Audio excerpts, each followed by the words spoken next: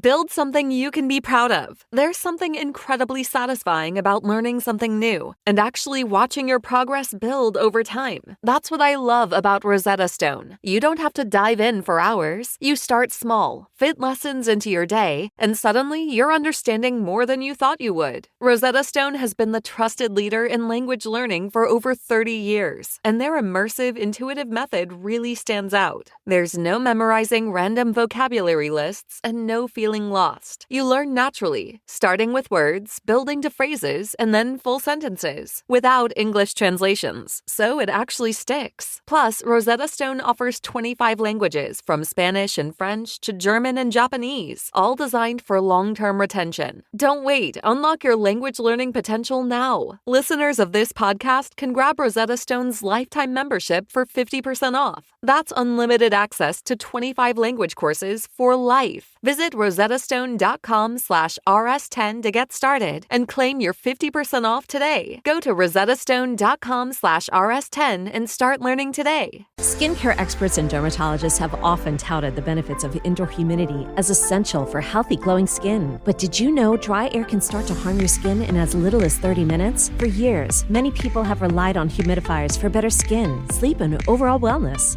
But traditional models, bulky, mold-prone, and difficult to maintain. That's where Canopy Humidifier comes in. Recommended by leading dermatologists, Canopy is a completely reimagined humidifier designed to elevate any space, offering the ultimate in skincare and wellness benefits. Canopy's clean moisture combats dryness, dullness, and fine lines while strengthening the skin's barrier and boosting the effectiveness of topical skincare products. With its sleek design, Canopy is the cleanest and easiest humidifier on the market. With its unique technology, cleaning is as easy as popping it in the dishwasher. Go to getcanopy.co to save $25 on your Canopy humidifier purchase today with Canopy's filter subscription. Even better, use code PODCAST at checkout to save an additional 10% off your Canopy purchase. Your skin will thank you. Ever see an idea so clearly in your head, but struggle to find the time to get it all done? Wix helps you go from, I'll get to it, to done. Build a full site just by describing your idea. Let an AI agent handle daily tasks, plan your next marketing campaign, or help out customers so you can grow your business the way you want without it taking over your life. Try it out at Wix.com. And now, here's the question. Hola, bitches. Good day to you and yours. All right. Mardi Gras just wrapped up in New Orleans, and it included all the revelry that we've come to expect. Exposed breast, flying beads, flowing alcohol, etc., etc. But look, it's a notoriously out-of-control party. Hell, just yesterday, B. Ted Smith typed Mardi Gras into Twitter. And the first image that popped up was a guy performing analingus on a woman in the middle of Bourbon Street during broad daylight. And that's not even what made the headlines. No, making headlines was actor Shia LaBeouf, who made the mistake of being himself. Now, we'll share his full story coming up, but it involved booze, getting kicked out of multiple bars, a fist fight, and an arrest. Good times. But look, when booze is the centerpiece of a celebration, I think you can expect some weirdness. Case in point, the happiest place on earth, Disney World. They're now grappling with Epcot's Drink Around the World attraction. You see, it offers drinks at 11 showcase countries, and people, frankly, they're getting hammered, which kind of ruins the whole family atmosphere thing that Disney is known for. So they're looking to perhaps readdress how that's done. But imagine, I don't know, getting drunk and finding out that you owe United Airlines $20,000. Keep in mind, it's not like you got drunk, went online, and ordered 30 airline tickets for you and 29 of your closest friends. It's because you got so drunk on the flight and messed up the plane so badly that, sure, you got banned from the airline, but also they're like, we want our money. And it's over $20,000. What in the hell did this guy do? We'll cover his story coming up. Now, all this leads us to today's question, brought to you by our friends at Advanced Hair Restoration. We simply want to know, what is the wildest thing you've seen as a result of alcohol? To be a part of the big show, call 206-803-ROCK. Like the Men's Room on Facebook, follow us on X and Instagram at Men's Room Live. Send your emails to the men's room at KISW.com. And now watch the show live on YouTube at KISW Rock. Build something you can be proud of. There's something incredibly satisfying about learning something new and actually watching your progress build over time. That's what I love about Rosetta Stone. You don't have to dive in for hours. You start small, fit lessons into your day, and suddenly you're understanding more than you thought you would. Rosetta Stone has been the trusted leader in language learning for over 30 years, and their immersive, intuitive method really stands out. There's no memorizing random vocabulary lists and no feeling lost. You learn naturally, starting with words, building to phrases, and then full sentences, without English translations, so it actually sticks. Plus, Rosetta Stone offers 25 languages, from Spanish and French to German and Japanese, all designed for long-term retention. Don't wait. Unlock your language learning potential now. Listeners of this podcast can grab Rosetta Stone's lifetime membership for 50% off. That's unlimited access to 25 language courses for life. Visit rosettastone.com/rs10 to get started and claim your 50% off today. Go to rosettastone.com/rs10 and start learning today. Skincare experts and dermatologists have often touted the benefits of indoor humidity as essential for healthy, glowing skin. But did you know dry air can start to harm your skin in as little as 30 minutes? For years, many people have relied on humidifiers for better skin, sleep, and overall wellness. But traditional models, bulky, mold-prone, and difficult to maintain. That's where Canopy Humidifier comes in. Recommended by leading dermatologists, Canopy is a completely reimagined humidifier designed to elevate any space, offering the ultimate in skincare and wellness benefits. Canopy's clean moisture combats dryness, dullness, and fine lines while strengthening the skin's barrier and boosting the effectiveness of topical skincare products. With its sleek design, Canopy is the cleanest and easiest humidifier on the market. With its unique technology, cleaning is as easy as popping it in the dishwasher. Go to getcanopy.co to save $25 on your Canopy humidifier purchase today with Canopy's filter subscription. Even better, use code PODCAST at checkout to save an additional 10% off your Canopy purchase. Your skin will thank you. New One-A-Day Kids Multi with iron gummies make getting your kids iron easier, even if they're the world's best negotiator. Eric, finish all your broccoli. 1 broccoli. 4 broccoli. 2 broccoli. No, Eric. Okay, 3 broccoli and 1 Brussels sprout. Final offer. With 2/3 of their recommended daily iron, new One-A-Day Kids make mealtime drama a little easier. Click to shop now. When great design enters your life, the world feels more vibrant. The same happens when you step into a Buick. Feel the confidence of head-turning style. Discover luxuries you don't have to wait for at Buick.com. Buick, exceptional by design. All the Charles, away we go. Welcome to the 21st Amendment season, episode number 4477. What a large and in charge program we have for you today. Guaranteed future repeat, the exciting return of Who Sucks Less. Oh, yeah. Steve, I don't know how you do it. You find people doing crazy crap in the news. You bring us 3 stories. It's up to us to determine, out of those 3 stories, which one sucks the least. How are we looking this week on Who Sucks Less? Well, we got 3 different stories. One, it involves the Olympics. All right. It involves a biathlete. Let's see. We have an Iowa nursing home administrator, just up to no good. And then finally, I don't know, a crazy lady in Taiwan who has taken it upon herself to buy a bullhorn and a PA system and basically insult everyone in her neighborhood in the middle of the night. Okay. All right. Yeah. She's only mad at 1 or 2 neighbors, you see, but because she's so loud, the entire neighborhood, they've had to go to the police to complain. Our question today, that's coming up, by the way, at 4:30. Who sucks less? Our question dealing with alcohol today. Have any of you ever been to Mardi Gras? I was there when I lived in New Orleans. Yeah, kind of a part of it. What is the difference as far as New Orleans is one of those Las Vegas towns? Seems like a 24-hour party town. Sure, it is. Hosts a Super Bowl, all that. I've been there for that, so I know the craziness of that. But as far as they do the jazz festival every year, they do and that's Mardi a much Gras. different vibe, man. It is. So absolutely is this all just about getting hammered? Yes and no. Like for the people that live in New Orleans, it's a true celebration, right? There's it's deep like a month Catholic long, right? roots and all this kind of thing. So, they do the things you're supposed to do. Make no mistake. They throw down, but it's more like an excuse. Like we decide, hey, after work, we're going to grab the morning show, a bunch of our coworkers, go to the bar and have drinks like a Christmas party. It is all the visitors and the tourists that come in to go, we're here to get naked and vomit in the streets, right? So the people that live in New Orleans, they enjoy Mardi Gras, but you're still protective of your city. They're For not sure. going to throw Yeah, a trash yeah. can lid through a bar window or something. But I've when seen the locals, tourists too, come talk in, about drinking all day. And they're like, yeah, like we drink all day, but like some of you tourists are insane. But the goal is not to go crazy. Right. Right? I mean, it's just, it's day drinking, you're having a good time. And for the natives there, it's more just rocking out the Is music. it a day off? Is it a day off for most of the people who live there? I think Fat Tuesday is. Fat Tuesday but again, is you for got to keep sure. in mind, like all the areas around there and stuff, like it's over a month. It's like a month. It's a month. Of like those parades are happening all the time. And in if different you areas. work in hospitality at all, right? So if you work in a restaurant or a bar, like you're not getting off Because you're getting your money. You are making your money, right? Yeah. And that's where everybody goes. What is the roots of Mardi Gras? Obviously, it sounds French, or is it Haitian, or It's what probably is the French, but it's leading up to Lent, right? So it's correct. It's in bed with Catholicism, and I'm not entirely sure what the thing is. So it's the but I party guess before you fast.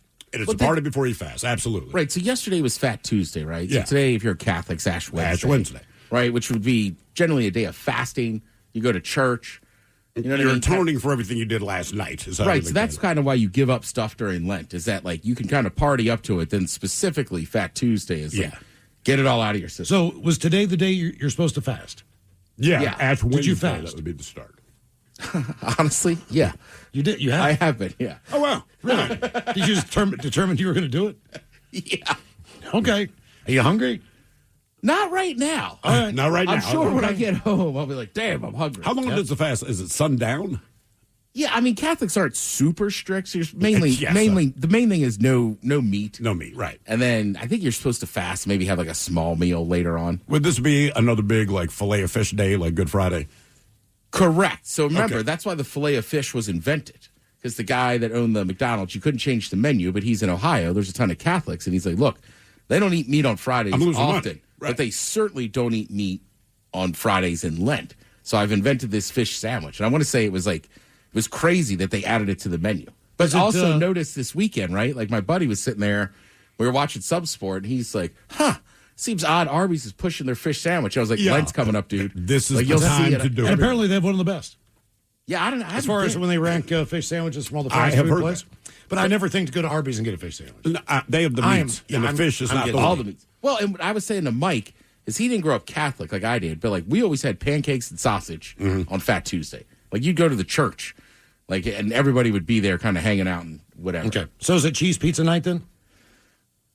So often, right on Fridays in Lent, you get a lot of cheese pizzas, Okay. a lot of Yeah. fish fillets. All right. Okay. I mean, as an adult, it's different because, frankly, I could go get sushi if I want. Right. You get sushi, fish tacos. But no, when I was a kid, and I remember 2001, when Maryland was making this crazy run in the NCAA tournament, the year they end up winning. Right. They kept playing on Friday nights. Me, my cousin Tom, we would show up at my dad's house when we got off work, and we would have 2 large pizzas, sodas, and chips. And we did that for like 3 Fridays in a row. But nothing on the pizza. No. Yeah. Yeah. Well, we stay in New Orleans. There's a ton of people who come up in the news. Well, that's the irony. In spite of all of this, I don't know, the whiff of religion, Mardi Gras is the exact opposite of that. Right. Exactly. Right? Right, so it's supposed to be get all that stuff out. Like it's in Brazil, right? It's the same time they have Carnival. Huge, yeah. You go down there, you eat all the food, you drink, Yes. you have a good time, you walk around. Typically, you're in walking distance of your hotel, so you can Oh, for sure. check out the French Quarter and everything else. But this past Mardi Gras, we get the names of celebrities that pop up every once in a while for things they do. There's the Kiefer Sutherlands of the world. There's Yep. Andy Dick in a different way. And then Shia LaBeouf. And he isn't apparently going to let a little jail time stop him from partying during Mardi Gras. Here's the update. For the past week, they say the Transformer actor has been partying up in New Orleans and was accused of multiple bartenders as, quote, terrorizing the city. This is during Mardi Gras, and you're described as terrorizing the city. On Monday night, LaBeouf was arrested after getting into a physical altercation outside of a bar on Bourbon Street. I'm not sure what happened inside. I saw a video of what happened outside, which is basically these guys trying to subdue him and punching him a couple times just to get him to chill out. Well, I believe he'd been asked to leave the bar that he was in. Yeah. Right, then he headbutted a dude. Oh, Jesus. Yeah. You didn't see that? No. Oh, yeah. Brutal? No, it's just weird because his hands are in his shirt. And he just headbutts a dude. Well, also, he's 5'9". Right. So, I mean, who did he headbutt? A kid? So he headbutts that guy, and then I guess he punched another dude, and then finally those 2 other dudes, right, you could see him hitting him and just be like, stay down. Oh, really? So, like, we're not trying to F you up. Just stay down. Yeah. it would be weird to see someone do this anyway. But when you realize this is a famous actor or famous person, it's got to be a little bit different because it would seem to be harder to not like this guy or to not give him the benefit of the doubt. But he obviously took it over a line to the point where it doesn't matter who he is. It depends, man, right? Because you brought him up with Andy Dick and whoever. Kiefer Sutherland. Kiefer Sutherland, I mean, he's changing course a little bit. I know he recently had some issues, but Shia LaBeouf, basically, this is his MO now.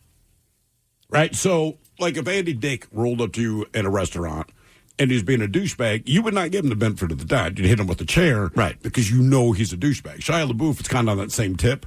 Like, if he's not in a movie, the only other time you hear about him is when he's doing something just remarkably stupid. I think it bought him some grace. Sure. It buys you grace when you say things like, hey, I'm going to rehab for my stuff, blah, blah, blah. People go, all right, man, you're trying to do the right thing. But after a while, it's just grace that he's famous. Because I can imagine people buying him drinks or whatever, and then, like, I just can't get over that he headbutted a guy with his arms in his shirt. And then to have that confidence, at that and point, nobody else, and people are still not attacking him. It takes a while before they finally punch him, and I'm like, all right, dude, what do you want us to do? Eyewitness told TMZ Shia was escorted out of a bar by staff for some reason before getting into a brawl. Afterward, he walked down the block, but then looped back around to the front of the bar, where responding paramedics treated Shia, according to the witness. LaBeouf was released from jail yesterday afternoon and then immediately went back to partying in New Orleans. I can't fault him for that. According to the Daily Mail, LaBeouf walked 2 miles from the jail to a local bar to have some drinks. He was seen ripping off a paper wristband before refusing to comment on how much his bail was and then breaking into a jog. An eyewitness told the Daily Mail that he stopped at a Shell gas station and downed a Gatorade. Then he embarked on a 2-mile walk, finally arriving at the Mardi Gras parade, where he appeared to be enjoying a Topo Chico beverage. Topo Chico. Before ducking into Cajun Mike's Pub and Grub. Eventually, he switched to beer. Sure, Cajun Mike's is pumped. Yeah, great. As he enjoyed the festivities, he stopped to talk with fans and splashed out a new shirt and glasses that he bought at the Voodoo Mart. So I believe that was the last anyone saw of him in downtown New Orleans. New Orleans is one of those places, though, man. When you go, it can oftentimes get off the rails pretty quick. It can, but much like you're saying with Vegas, they're a lot more lenient and patient, especially if you're in the French Quarter on Bourbon Street. Like, hey, man, we know you're going to vomit in the street. Just try not to do it directly in front of our business. Yes, you can walk out of here with the beer. You can walk in with the beer from another place. We're very, very lenient. And Ted, to your point, so you're Shia LaBeouf. You're already a celebrity, so you already get a certain pass. Yeah. To get a pass on Bourbon Street's already ridiculous, and you still got arrested? Like, brother, I don't know. Again, Ted typed in, just Mardi Gras into Twitter /X, and the first picture that popped up is a guy performing analingus on his girlfriend in the middle of the street in broad daylight. He didn't get arrested. No, I'm willing to bet that was not his girlfriend. You're probably right. You know what? You're probably right. But someone's ass was there to say he didn't get arrested. It's just because they know during Mardi Gras, things like that just might happen. They'll say, avert your eyes, like Shia, like, brother, what did you do? What did she say? What did that woman say to that guy? You want to get some lunch? Probably. I mean, it's just that easy. How did that go down? It's Mardi Gras, dude, so I think he just said, hey, you want to? She said, sure. Now, is it true with all the nudity? Is that part of the festivities? I mean, with the beads and all that stuff? Okay, so yeah, and it's not like New Orleans begs women to rip their tops off or show their boobs. Is this mostly during the parade when people are throwing beads? Okay. Well, so during the parade, you can count on it, right? But some of the more enterprising natives, what they do is they'll buy, 1,000 ropes of beads and just walk anywhere in the city, right? And you get all these drunk chicks. And can we get your beads? You don't have to offer. They'll ask for beads. They're like, you know the drill. And they will lift. I saw more boobs when I was in New Orleans. And the thing is, people give you beads anyway. Yeah. Just for being there. So I'm walking back home from work with like 6 strands of beads. By the time I got home, I didn't have any more beads because 6 different chicks were like, beads. And I'm like, cool. All right. I'll take it. Not all of them were awesome, but still. There's a very famous meme, right? Okay. And it's like this guy and his wife, and she's showing her boobs, and they're collecting beads. And then these guys on a balcony have this giant one, right? Like the bulbs are like that big, right? All right. And it says, show us your, I don't know how to describe that. the backdoor entrance. Okay. Oh, damn! Wow! That's Right? Okay. Show us that, and you'll get these. And then the next picture is him wearing them. Okay. Maybe that's what was happening in the picture you got. Right. Now we go to the happiest place on earth. You think of that as a family spot, a place where you go and enjoy the rides and hang with the kids. But there are other things that you can do down in Orlando. And at one Florida Disney park, the thrill ride isn't on a track; it's in a glass at Epcot. The unofficial Drinking Around the World Challenge. And Ted, you've talked about this for probably a couple decades now. Yeah. And you've done it. We did every other country. All right. You were smart enough to understand. And we had dinner with like the rest of the family later. So my Uncle Phil, who's always pretty chill, he was like, if you MFers come back, miss dinner, or are completely wasted, because like my brother wasn't going, he wasn't going to drink with us, so I was kind of the eldest, one of the elder cousins, and I've been known to be a great role model. Well, kind of the leader of the crew would get people. So he's like, "This is on you," and I said, "All right." Yeah. So we did every other country. What is there? 12 countries. There's 11. Right. So we did like 5. Okay. Don't get me wrong. We were extremely buzzed up, but we made that bus. We got out of there. Yeah, it is. Knocking back a beverage in each of the 11 World Showcase countries. That has morphed now from a low-key fan tradition into a social media sport. TikTokers, YouTube clips, at times very drunk adults, weaving through... Way to ruin it. ...strollers. Some participants, like young content creators, openly lean into the excess, documenting the run that leaves them barely upright but determined to appear composed around families. Quote, from Rusty Featherstone, you have to stay locked in. You don't want to scare the children.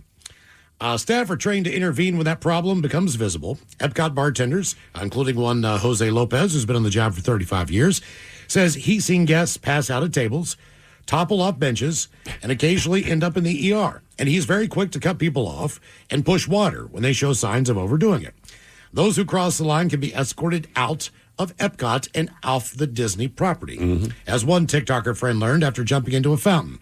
During his drunken patriotic performance. Listen, I understand you like your TikTok and your YouTube, but it's like we used to have a rule. Anytime we did a KISW event, there was one guy that used to work here that would always whip out his camera phone. And it got to the point I told him, hey, man, backstage, if you take it out, I'm going to take your camera. Like, there's a certain things you don't need to share, and the TikTokers need to learn that. Like, look, you want to get hammered drinking around the world, knock yourself out, but don't share it with the world. Plus, man. it is fun. Right? Like, if you start on one side, it's Mexico, right? And they have, like, real margaritas and stuff, right? There's, like, different bars in there. If you go to France, I've talked about this for years. They have Grey Goose, like, smoothies or Grand Marnier ones, right? You go to, America, it's fine. It's just Bud and Bud Light. Sure. But, like, Germany has a whole beer hall that has great food. It's, like, all you can eat, but you can go in there. But in Japan, like, you just got to be careful. You go to Japan, you get either a beer or a sake. Sake, yep. I think some of these people are kind of going crazy. Well, they say others insist the challenge can be done without turning Epcot, quote, into Bourbon Street. Yeah. Members of the Disney Day Drinkers Club, wow, okay, founded by Skip Shear, say they're in it for community and higher-end cocktails, not chaos. Shear calls viral stories of bad behavior embarrassing, out of step with what the park is meant to be. Even the more party-minded veterans frame it as a marathon and not a sprint, advising breaks, food, water, pacing, plus a controversial strategy tweak. And they offer all these different pieces of advice to people who are going to do this. They say start in the more subdued Canada and then end with Mexico's high-energy tequila scene. That makes sense. So, right. So Mexico starts on the other side. So next to Canada is England, right? All right. So usually by the time you see people at Canada or England, like you see hammered people. So there's these bathrooms with the giant, thick red arrow, the line, and then it points down. There's a guy standing underneath the arrow, and he's like, you guys know where the bathrooms are? And I'm like, you're standing underneath the arrow. Like, turn around. Yeah. That's, I'm saying, like, I have seen people there absolutely hammered. And is that the only place you can drink on Disney property? No, you just can't drink in the Magic Kingdom. That Magic makes sense. Kingdom, unless you have dinner at Cinderella's Castle, which I did once, quite lovely. That's the only place that'll serve booze. If you go to like MGM, right, like that little area, there's a couple beer stands. All right. So like the other, like Animal Kingdom, I think there's like beer stands, but it's really the Magic Kingdom is just really strict about it, which I get. Sure, it makes but sense. Yeah, Epcot has always been kind of the... Well, my puke capital of the world that I've seen, as far as these type of places are, is Busch Gardens, Tampa. And the reason is... it's owned by Busch. It's owned by Anheuser-Busch. The rides are legit, like a Cedar Point or a Six Flags. Yeah. People are getting hammered, and then they're getting on these rides, which are, pretty intense. And, I mean, you see puke cleanup crews everywhere, especially outside of the roller coaster and some of the rides that spin around, man. It's going to happen sometimes if you're drinking or not. I would also say, at Disney's defense, the cool thing about every country you go to is people from that country. Right. Just don't bring up Das Boot in Germany. They're over it. Okay. I brought it up, Mike. Our question, what's the wildest thing you've seen as a result of alcohol? 206-803-ROCK. Build something you can be proud of. There's something incredibly satisfying about learning something new and actually watching your progress build over time. That's what I love about Rosetta Stone. You don't have to dive in for hours. You start small, fit lessons into your day, and suddenly you're understanding more than you thought you would. Rosetta Stone has been the trusted leader in language learning for over 30 years, and their immersive, intuitive method really stands out. There's no memorizing random vocabulary lists and no feeling lost. You learn naturally, starting with words, building to phrases, and then full sentences, without English translations, so it actually sticks. Plus, Rosetta Stone offers 25 languages, from Spanish and French to German and Japanese, all designed for long-term retention. Don't wait. Unlock your language learning potential now. Listeners of this podcast can grab Rosetta Stone's lifetime membership for 50% off. That's unlimited access to 25 language courses for life. Visit rosettastone.com/rs10 to get started and claim your 50% off today. Go to rosettastone.com/rs10 and start learning today. Skincare experts and dermatologists have often touted the benefits of indoor humidity as essential for healthy, glowing skin. But did you know dry air can start to harm your skin in as little as 30 minutes? For years, many people have relied on humidifiers for better skin, sleep, and overall wellness. But traditional models, bulky, mold-prone, and difficult to maintain. That's where Canopy Humidifier comes in. Recommended by leading dermatologists, Canopy is a completely reimagined humidifier designed to elevate any space, offering the ultimate in skincare and wellness benefits. Canopy's clean moisture combats dryness, dullness, and fine lines while strengthening the skin's barrier and boosting the effectiveness of topical skincare products. With its sleek design, Canopy is the cleanest and easiest humidifier on the market. With its unique technology, cleaning is as easy as popping it in the dishwasher. Go to getcanopy.co to save $25 on your Canopy humidifier purchase today with Canopy's filter subscription. Even better, use code PODCAST at checkout to save an additional 10% off your Canopy purchase. Your skin will thank you. You know what they say. Early bird gets the ultimate vacation home. Book early and save over $120 with Vrbo. Because early gets you closer to the action. Whether it's waves lapping at the shore or snoozing in a hammock that overlooks, well, whatever you want it to. So you can all enjoy the payoff come summer with Vrbo's early booking deals. Rise and shine. Average savings $141. Select homes only. So good, so good, so good. New spring arrivals are at Nordstrom Rack stores now. Get ready to save big with up to 60% off Rag & Bone, Marc Jacobs, Free People, and more. How did I not know Rack has Adidas? Because there's always something new. Join the Nordy Club to unlock exclusive discounts. Shop new arrivals first and more. Plus, buy online and pick up at your favorite Rack store for free. Great brands, great prices. That's why you Rack. You've probably heard it said, it's not what you say, it's how you say it. And that idea applies not just to words, but to the way you move through life. It's about setting an example, taking the lead, and adapting to whatever comes your way. That's why people love the Range Rover Sport. It's a vehicle that embodies that mindset, blending power, poise, and performance. With its distinctly British design and exquisite interiors, it's immediately clear this isn't just a car. It's a statement. Inside, innovations like the cabin air purification system and active noise cancellation create a level of comfort and control that feels effortless. And with 7 terrain modes and a choice of powerful engines, including a plug-in hybrid with an estimated range of 53 miles, the Range Rover Sport balances raw power with refinement. Dynamic, agile, and truly instinctive, it reflects a confident, intentional way of driving and living. Build your Range Rover Sport at rangerover.com/US/sport. Text the guys at 206-803-ROCK from the Pinky's Plumbing Studio. You're in the men's room. My question, what is the wildest thing you've seen as a result of alcohol? 206-803-ROCK. Hello, Mike. Welcome to the men's room. Hola. Hola. Hey, guys. So real quick, I just want to say I listened to Live Night, and congrats on a successful Live Night. And Steve and Mike, you guys had way too much fun. Well, hell, we got to be there. Why not, man? Yeah, no, it was hilarious. Listening to the Thrill, yeah, that was the best part of the night. Well, I appreciate that. So my drunken story is a pretty good one. So my dad, high-functioning alcoholic, always drunk, but he also makes a lot of money. So back in, 2005, I was 18. I was still living at home. He comes rolling in at, 10 a.m. in this brand-new Dodge Ram. I figured, okay, he went out and bought himself a new truck. It was about time because he drove a 90s Chevy. And so he says, hey, I need you to give me a ride back down to the dealership. I still have my old truck. And I was like, okay, yeah, no problem. And he's half conked at this point. So I take him back down to the dealership. I watch him get into the old Chevy, and then I leave.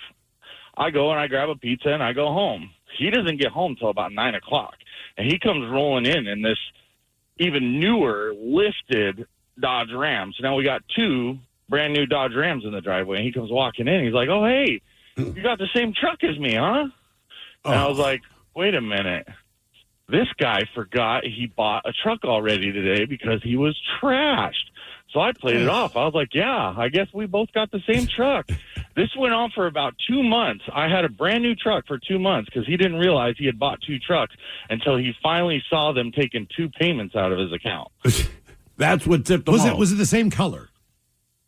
No. One was black and one was green, and I had the green one. Okay. Nice. So you said he had gone out that night and got home at 10 a.m. in the new one. Yeah. And then 11 hours later, rolls home in another new truck. Correct. He completely forgot that he had bought the first one. Did he ask you? Did he ask you if you were with him or if you bought the truck, or did he just say, I don't remember buying two trucks? No. He just he thought I had bought a truck as well. But once he realized it. When he saw the two payments coming out, what did he say to you? That conversation did not go over very well. I'm pretty sure if I was younger, he would have whooped my ass for that one. Well, he bought them. Was there a wife in the equation on this? No, mom died when I was young. Okay, so he didn't have anybody to give him to check his behavior. That would not have happened. No. How did they sell him trucks when he was drunk? I don't even know. Back then, I guess, didn't really matter. I mean, it's car salesmen. They're all snakes. Was it 2005 is still, they were kind of on that. Was it from the same dealership? That I'm not 100% sure on. I never went that in depth.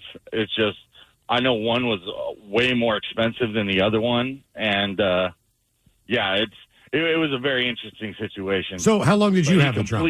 2 months. I drove it for about 2 months before he realized that it wasn't my truck; it was his. Oh, he didn't let you keep it? No. He ended up selling it because he didn't want to pay two truck payments, and that's fair. Frankly, he was pissed at me for leading him on like that because he knows he's a high functioning alcoholic. Well, sure. You said he makes a lot of money. What did he do for a living that he made all this money? He works in shipping. Okay. All right. Yeah, I know one high-functioning alcoholic, and dude's still working. I mean, he's in his 80s now, but he works in the construction field, but he's one of the higher-ups. Dude has an S-ton of money, but never sober. I've told you about it before. He was visiting my parents. Yes. My dad's been friends with this guy since kindergarten, right? So anyway, he came to visit. I'm 15, and my parents had booze in the house, but handles of Jack Daniels, and there were 3 of them. And I'm like, why are we having a party is what I asked my mother. And she's like, well, no, Sam's coming to visit. And I'm like, I thought he was staying for 2 days. She's like, he is. You bought all that Jack Daniels for a man who's going to be here for 2 days. She's like, well, he really likes Jack Daniels. And I said, that's crazy. I've never seen him drunk. And she looked me in the eye and said, baby, you've never seen him sober.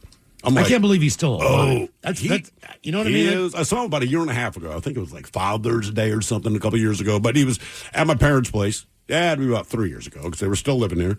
And I mean, just same as he ever was, man. But same thing. We went there for like a daytime barbecue. Brother just has Jack on the rocks all the time. And every time you talk to him, he's pouring a fresh one. But nothing about him changes. Does he remember stuff? He does. And that's what's not. Ever since my mother alerted me to this, because like I said, I've grown up with the guy. I've never seen him as drunk as you should be for consuming that much Jack Daniels, right? So I didn't know. But after she told me, like, you keep an eye on it. And I'm like, this is crazy because nothing about him changes. But I do realize, like, he's never been sober. What is the wildest thing you've seen as a result of alcohol? 206-803-ROCK. Yeah, there was like an uncle on my mom's side. I only met him a few times. Yeah. This won't shock you. He lived in Florida. Okay. In the Panhandle region. Right? So, like, he had divorced my aunt, and I don't really talk to that side of the family, but I mean, I barely remember the guy as a kid. So we visited him in Florida, and then we saw him 6 months later, and I mean, he just had zero recollection. Really? But he was drunk all the time, but you could tell too. I had another uncle on the other side of the family. He was a drunk, but you knew he was a drunk because he was always just drunk. Right, Chuck, you could see it. There's that's a. I mean, it's not exactly New Orleans. It's probably 2 to 2.5 to 3 hours, depending on how far you're out there. But that Floribama line. Oh, yeah. Up near Tallahassee, up near Fort Walton. That's where my uncle lives. And you go to a bar down there, and you cannot believe. It's just like, it's like being on a pirate ship.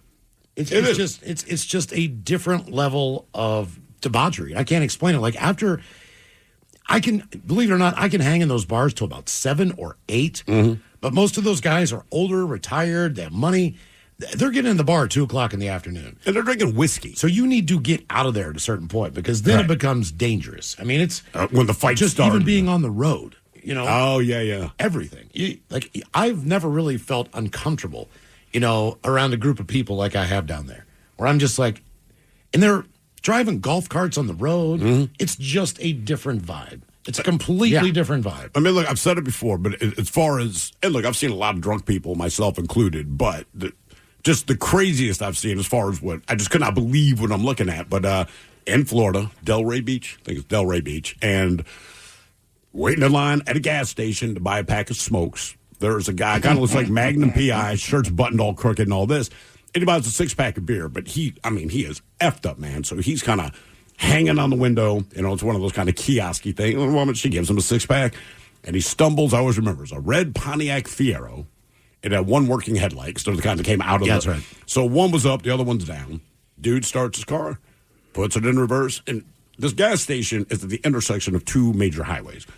And he backs out into the highway, continues in reverse, and drove in reverse until he disappeared out of sight. And I'm like, you have got to be kidding me. My wife's sitting in the car, and she's looking at me with her mouth open. I'm like, I cannot. And nobody batted a freaking eye, man. Just watch him stumble to the car, get in, and took off in reverse. I'm like, bro. That's the insane part. Well, the difference is this. You can go to a bar, you can be inside, you can be watching television, all that. When you go to those bars down there, half the time they're on the beach. Yep.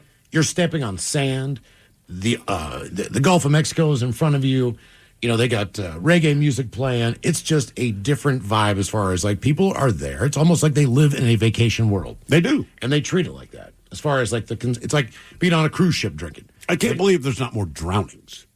That's right. You can just saunter into the Gulf of Mexico. You know? Can. And I mean, I don't know, man. Those people, like you said, Florida is just, it's different. What is the wildest thing you've seen as a result of alcohol? 206-803-ROCK. Well, even that family member I was talking about that lived in Florida, right? So, we were down there for that Florida State Maryland. So I'm probably like 12, 13. So you know what's going on. Yeah. But, I mean, he worked overnights. We picked him up, right? And, like, literally as we got in there, I thought he was kind of joking. And he was like, I got to stop and get a bottle of whatever. But, like, I mean, it was breakfast, 9:30, 10. He was, you know. Just chugging. And then on the way home, he was dead serious. He's like, you got to stop at this liquor store. I remember saying, like, why does he need a whole bottle of whiskey? My dad's like, he's going to drink it tonight. That's his thermos. Yeah. Right? That's it. God damn, man. Hello, Casper. Welcome to the men's room. Hola, mi amigos. Hola.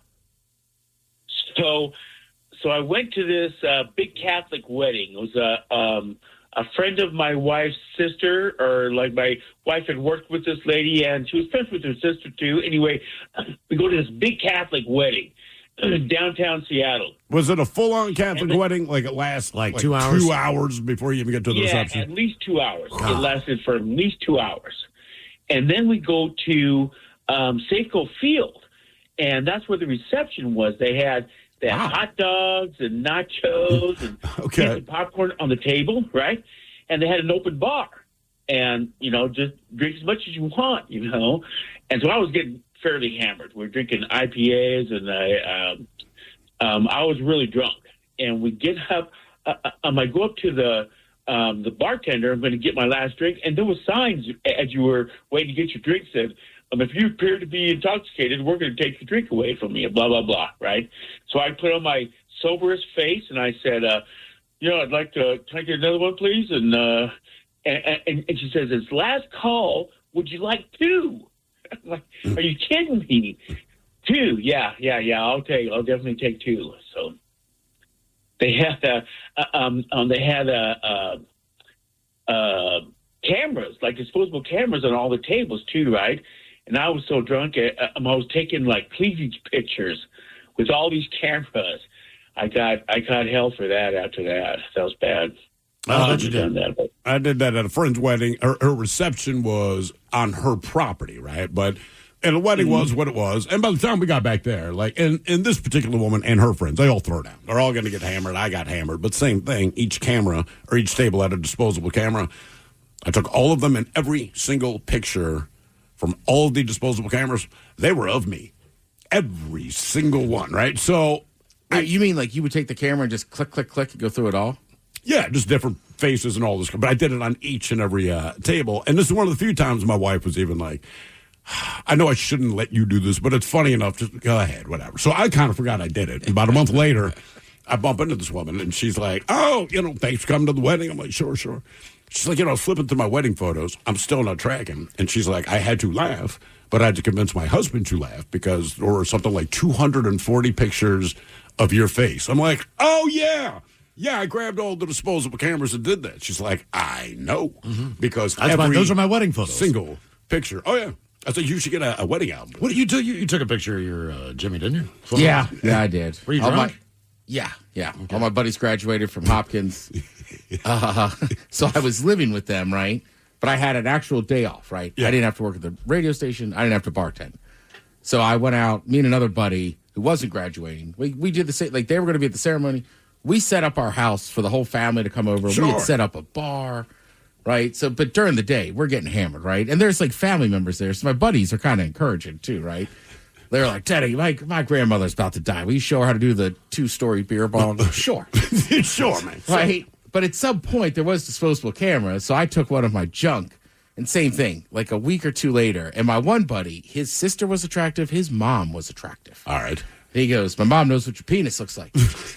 And I go, what do you mean? He's like, you definitely took a picture of your penis on one of those disposables. And I go, Scott, not me. I wouldn't have done it. He's like, breakfast sausage surrounded by a bunch of sprouts? I was like, damn it. You got me. And he's like, I knew it was you. He goes, my mom knew it was you. Damn. And I was like, how'd she know? And he's like, man, we've been swimming with you. You're a hairy bastard. So she can look at me like, that's Ted's penis.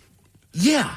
And like she never addressed it, but when you're in your early 20s, like people's parents come to visit a lot. Oh yeah. And I still lived with him for another summer. And it was just weird. Because I just was like, his mom and sister know exactly what I'm working with.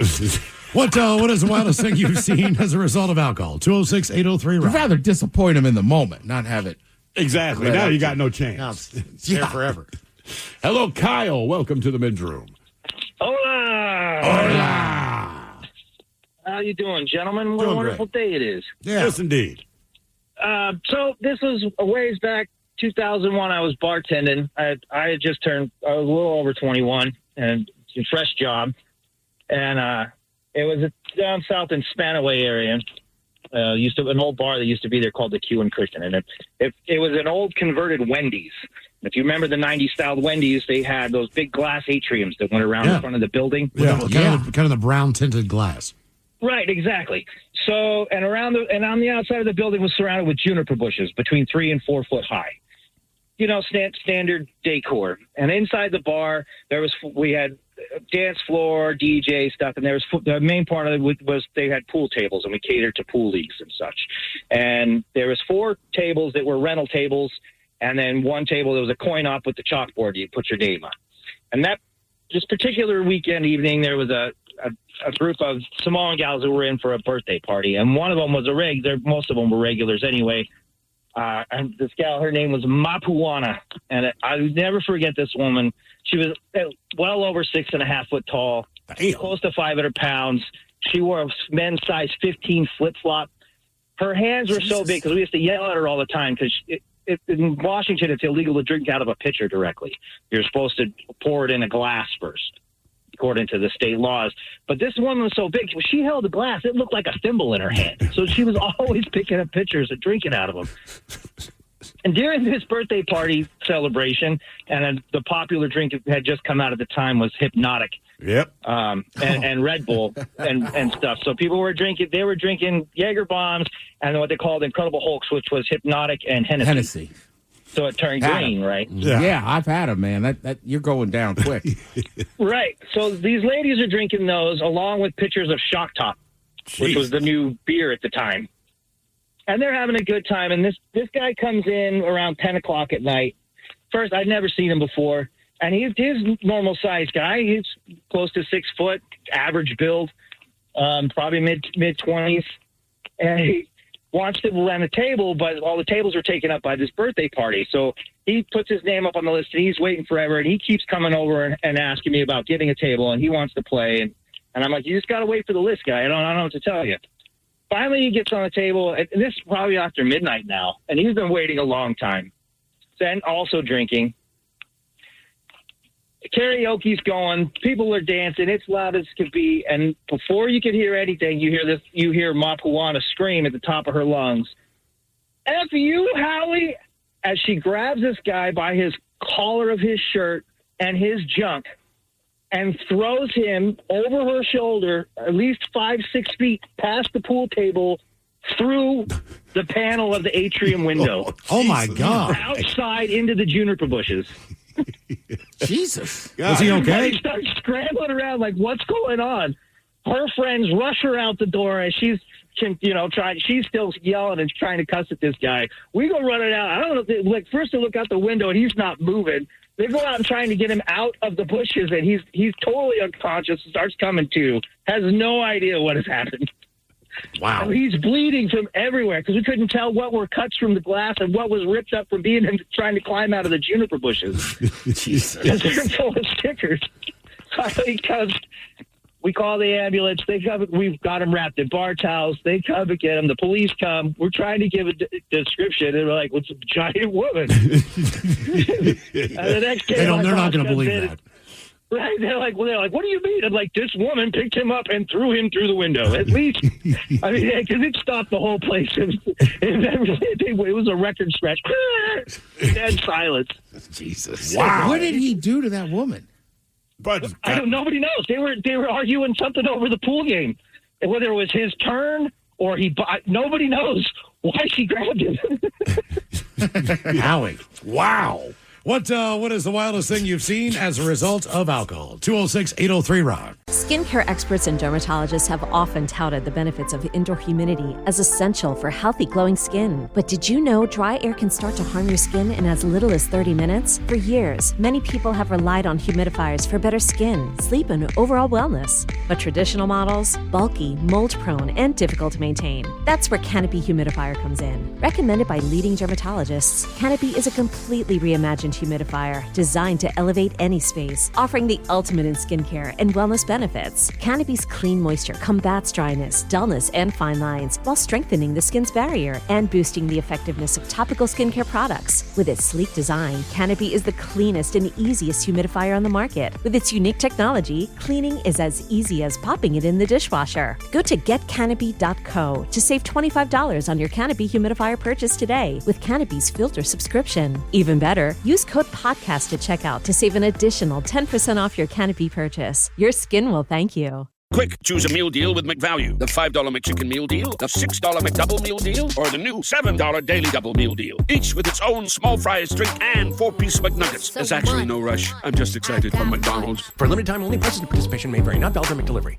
I'm no designer, but I know my brand inside and out, and I know a generic-looking website when I see one. Wix Harmony has blown me away.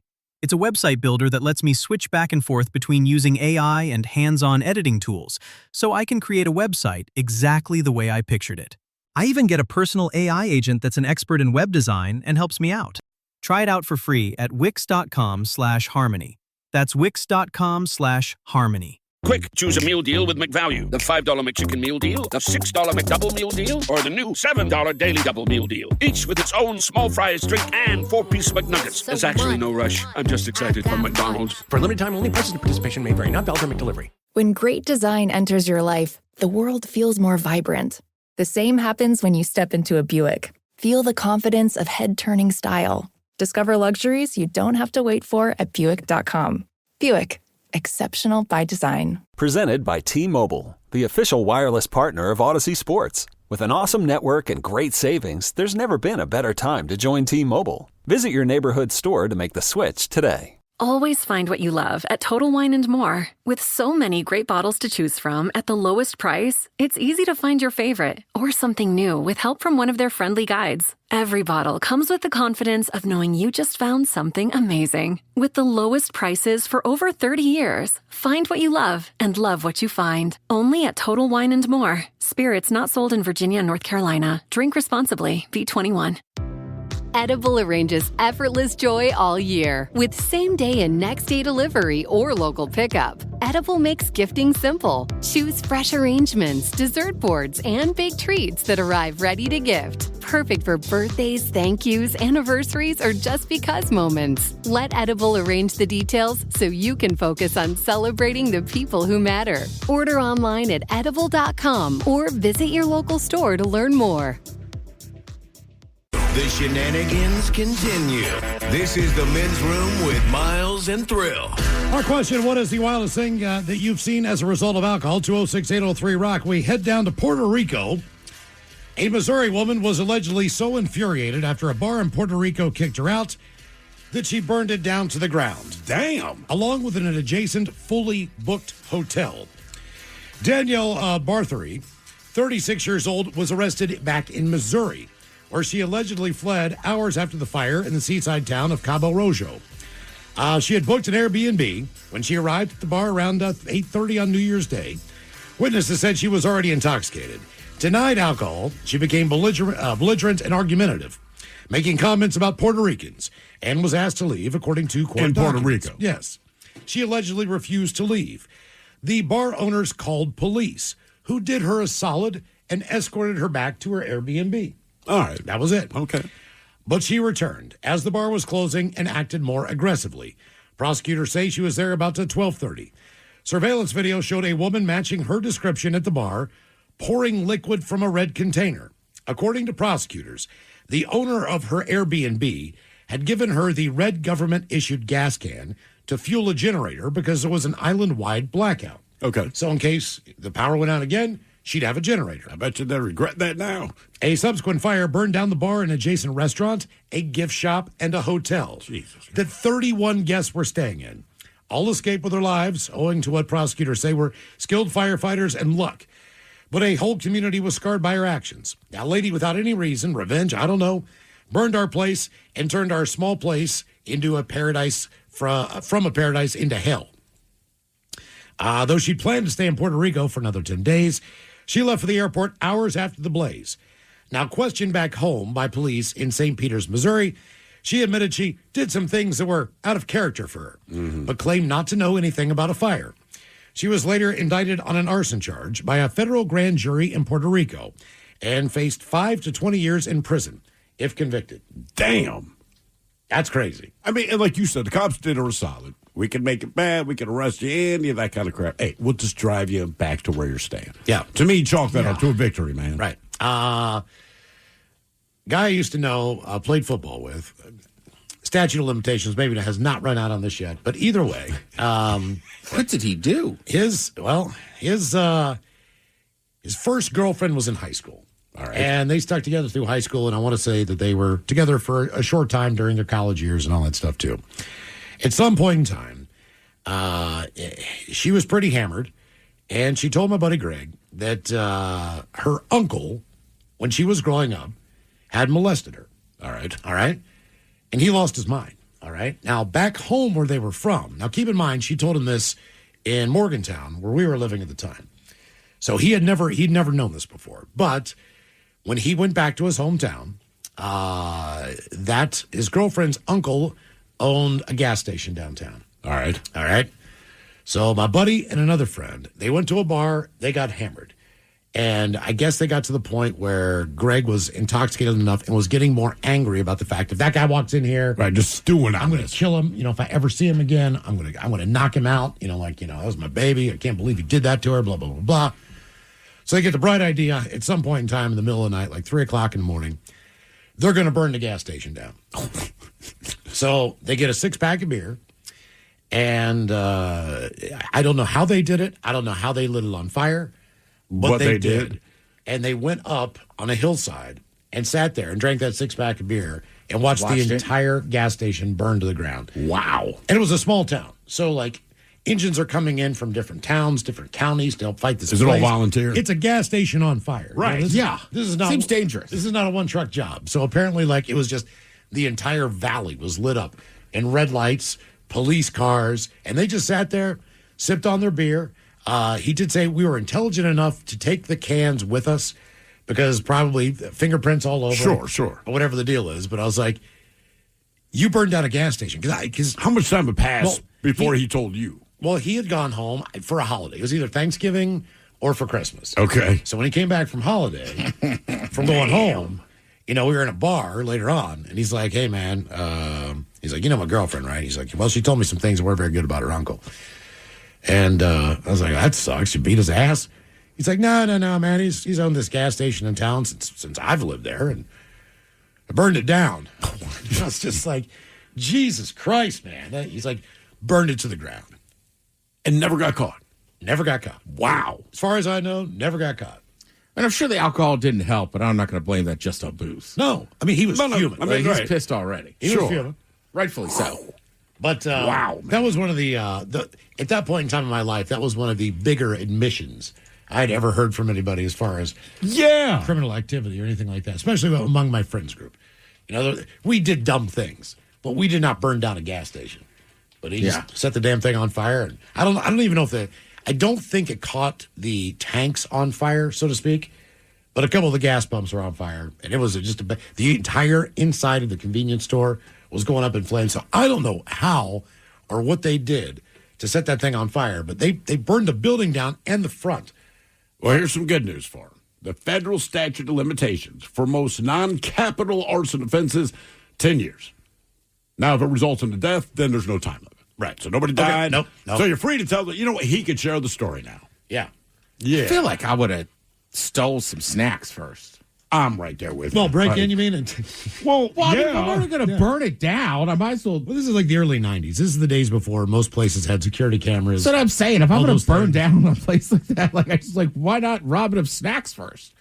Or sodas or beers? I definitely would have taken the beer. So your buddy did that. And I've told the story. I won't go through the whole thing again. We got hammered on tequila. Me and a buddy kidnapped someone. Statute of limitations on kidnapping. Kidnapping generally has no statute of limitations. We thought it was 7 years, all right? Because like anything, when you're young, everyone has legal advice. And if they tell you, you believe them. Yep. So Leon and I agreed, hey, for 7 years, we don't bring it up. And we did. For 7 years solid, just nope, nothing happened. We weren't even talking about it amongst ourselves. Then I opened up, started talking about it. Ha, this crazy thing happened. And it was someone in the legal field like, bro, I'm pretty sure there's no statute of limitations on it. But at this point, the cat's out of the bag. Yeah. It happened. Definitely. And the worst part is I don't remember it. I remember discovering the guy in my closet the next morning, but I don't remember the act. Leon had some vague memories of it because he kind of chuckled and was like, oh, yeah, we snatched him off the street. I'm like, what do you mean? He goes, we snatched him off, like he was on the street and then we snatched him. I'm like, snatched him where? He's like, into the back of your parents' car, drove him home, tied him up, blah, blah, blah. And now here he is. I'm like, well, that's a problem because I don't know what to do now. Was that at your parents' house? Yeah, I was still living at my parents' house, and they were out of town for 2 weeks, and I threw that party, and that party led to... Do your parents know about this? I think they do now. It's not like something I bring up, but keep in mind, when they got back from wherever the hell they had gone, I played it off like I was super tired. Not like anything. You know, you throw one of these parties, we cleaned up the house to the point I thought it was spotless, all right? So the tip-off, I mean, basically they walked in the house, hey, we're back. How was your trip to Lego? It was a great trip. And I remember they're standing at the front door, and it's maybe 25 feet away was a fireplace in the living room. And on top of the mantle, my mother had 2 candles. The candles are round. And she was like, you threw a goddamn party. I'm like, what are you talking about? She's like, my candles are facing the wrong way. Again, I'm going to emphasize, the candles are round, smooth edges. Somehow she still knew. And the thing is, she wasn't wrong. So that is what tipped her off. I mean, like, her suitcase is still in her hand, and she can see this from across the room. And I'm like, oh, my God, right? So now they start looking for telltale signs, and there's little things we missed here and there. But what almost sent my father through the roof, my mom's already pissed. My dad's just more disappointed. But as they're going around the house looking for more telltale signs, and I did not know this was there, he turns on a light in the dining room. There's a floor lamp. And when he turned it on, there is the silhouette of something on the inside of the light shade. Mm-hmm. And he's like, Stephen, what the F is this? And I'm like, oh, that is lard. As you'd expect, there's a pause. It's like, lard like fat. I'm like, yes. He's like, why the F is there lard on the inside of the lampshade? So that I did tell him. I said, well, we had a gallon of lard. He said, why? I said, okay, just real quick. Years ago, during band practice, during a break, we walked to Rite Aid to grab a couple of drinks and stuff like chips. Tony, who was notoriously lazy, refused to get off the sofa and just handed us a $5 bill. This really pissed Paul off, who was the drummer. So we went next door to the AM/PM, and we bought $5 worth of lard, which turns out that is a lot of lard. So we've had this, never knowing what to do with it, and then we agreed whoever passed out first wouldn't end up with lard on their forehead. Side note, that was Chuck. Anyway, I did not know they were slinging it around. That's why it's in the inside of the lampshade. I think he kind of wanted to laugh because the whole thing, that was true. I'm like, all of that is 100% true. But he about lost his ass. He'd have been happier with anything, but it's like, lard. I'm like, it ended up being that kind of party. So I got in a lot of trouble. I think I was grounded. I mean, they came after me pretty hard. But all I could think is they don't know that I kidnapped someone. So whatever I got to take my lumps for, it's all good, man. The only time I got in trouble for having a party, same thing. My mom came home, and she was just like, you had a party. I'm like, no. She's like, it's way too clean. And I'm Did you vacuum and stuff? Oh, my God. I mean, I'm like, it wasn't even just that I had vacuumed, but I had rubbed out, cleaned all the surfaces. Right? And that's not something you would ordinarily do. No, right to this day, right? I hate cleaning, even though I was a janitor, right? But I just hate it, right? I'm just not good about it. So she was just like, I know you had a party because it's way too clean and all the windows are open. This is late 90s, so people were probably smoking cigarettes inside. Oh, sure. So there's air fresheners going, and she's just like, come on. Now, kind of like you, luckily she didn't know there was a brawl and a massive fight that broke out. There's a couple, and that's the thing, I'm going to take they don't know about the kidnapping, and I'm certainly not going to bring it up, because that'd be a whole nother thing, because then I'd have to explain that Leon was also sleeping in her bed. The good news is everyone did smoke outside, but the other thing they did not know was that there were 4 big-ass black hefty bags full of broken bottles, because we've been shooting many things with the pellet gun. Right? Everyone got drunk, and we're just blowing these bottles to hell. Jesus. And then the next morning, we had to get all of the glass out of the yard, man, but we have them all sitting in these trash bags. And Tony and he helped me clean, and we're just like, what do we do with these? Because my parents are going to be back before trash comes to pick it up, and they're going to know. So right behind our backyard, basically at the property line, there was no fence, but it got dense with trees. So we threw them all back there. So they were hidden back there. And my father, he went outside and kind of cased the joint from outside, too. And I don't think there was a piece of broken glass. So he had no idea. I was sure he was going to find it, and I was going to get my ass in more trouble. But he didn't. Or maybe he did and just said, whatever, let it go. But, yeah, that was a doozy. And honestly, God, the only thing that made me feel better It sounds bad, but that I kidnapped someone and they didn't know. So no matter what else I was getting in trouble for, I'm like, this is okay. Yeah, this is okay. And I got a lot of trouble. But I'm like, you don't know the worst of it. My buddy, my neighbor, the guy that he had his own fishing boat. There was a dock in our neighborhood, and it was decently like it was a really long dock. So when you were kind of more close to the shore, you could see down the water. There were lights all the way down, like kind of like a pier. So when you get on the dock, it's maybe 2 feet of water. By the time you get out to the very end, it's deep enough where you could pull a boat in. Right. So we're out there just getting hammered. And we make the determination that, look, our wives are going to kill us. It's probably 1 o'clock in the morning. We're out there just fishing off the dock and all this stuff. And Rick's walking back up the dock. And I've got the fishing poles. I've got the tackle box. And Rick's got a bucket. And he looks down in the water. Bless you. And he goes, do you see the size of this crab? This is in the Chesapeake Bay, the Magothy River. Okay. And I said, no. And he said, hold on, hold this. And he's gone. He dove into the water head first. Now, this water is about 2 feet deep. Yeah. He disappears underneath the water, pops back up, and is holding this giant-ass blue crab above his head, soaking wet, in his clothes, absolutely hammered. And, I mean, it was one of the most amazing things I'd ever seen because crab's pretty fast. Oh, yeah. So he dove in there with I don't think the crab was expecting that, Well, man. not only that, but the crab had pinchers, and he grabbed the damn thing to the point where the crab didn't pinch him. I was like that, and he put it in a bucket, walked on home. His house was before mine, so we stop at his house. His wife's at the door. She's pissed because he opens the garage door to put his fishing stuff away. He is soaking wet, and he's got a crab in a bucket. His wife is like, what did you do? Did you fall in the water? And he's like, no, man, I dove in. Got this crab for us. She's like, Rick, what are we going to do with one crab? what are we going to do with one crab? What is the point of this? I want you to walk your ass down there right now and throw that damn thing back into the bay. They didn't put the crab back. Yeah. He's like, okay, I'm sorry. Damn. I mean, you already got it. Yeah, I'd be like, come on, babe. Look, if you don't want it, I'll eat it, right? Just steam one of them. My question is this. She's already mad, so is it better? She says, did you fall in? What's the better answer? Yes, I did fall in, because then you're too drunk. Right. Or, no, I voluntarily jumped in to get this crab. Well, he didn't tell me what he's going to do. He's like, hold this for a minute. drunk. Hold on. He's gone. He just dove right in. I'm like, what are you doing, dude? Like, that water's not that deep. And he pops right back up, holding that crab like, look at that. I got her. And they had to take it back. Jesus Christ. Our question, what is the wildest thing you've seen as a result of alcohol? 206-803-ROCK.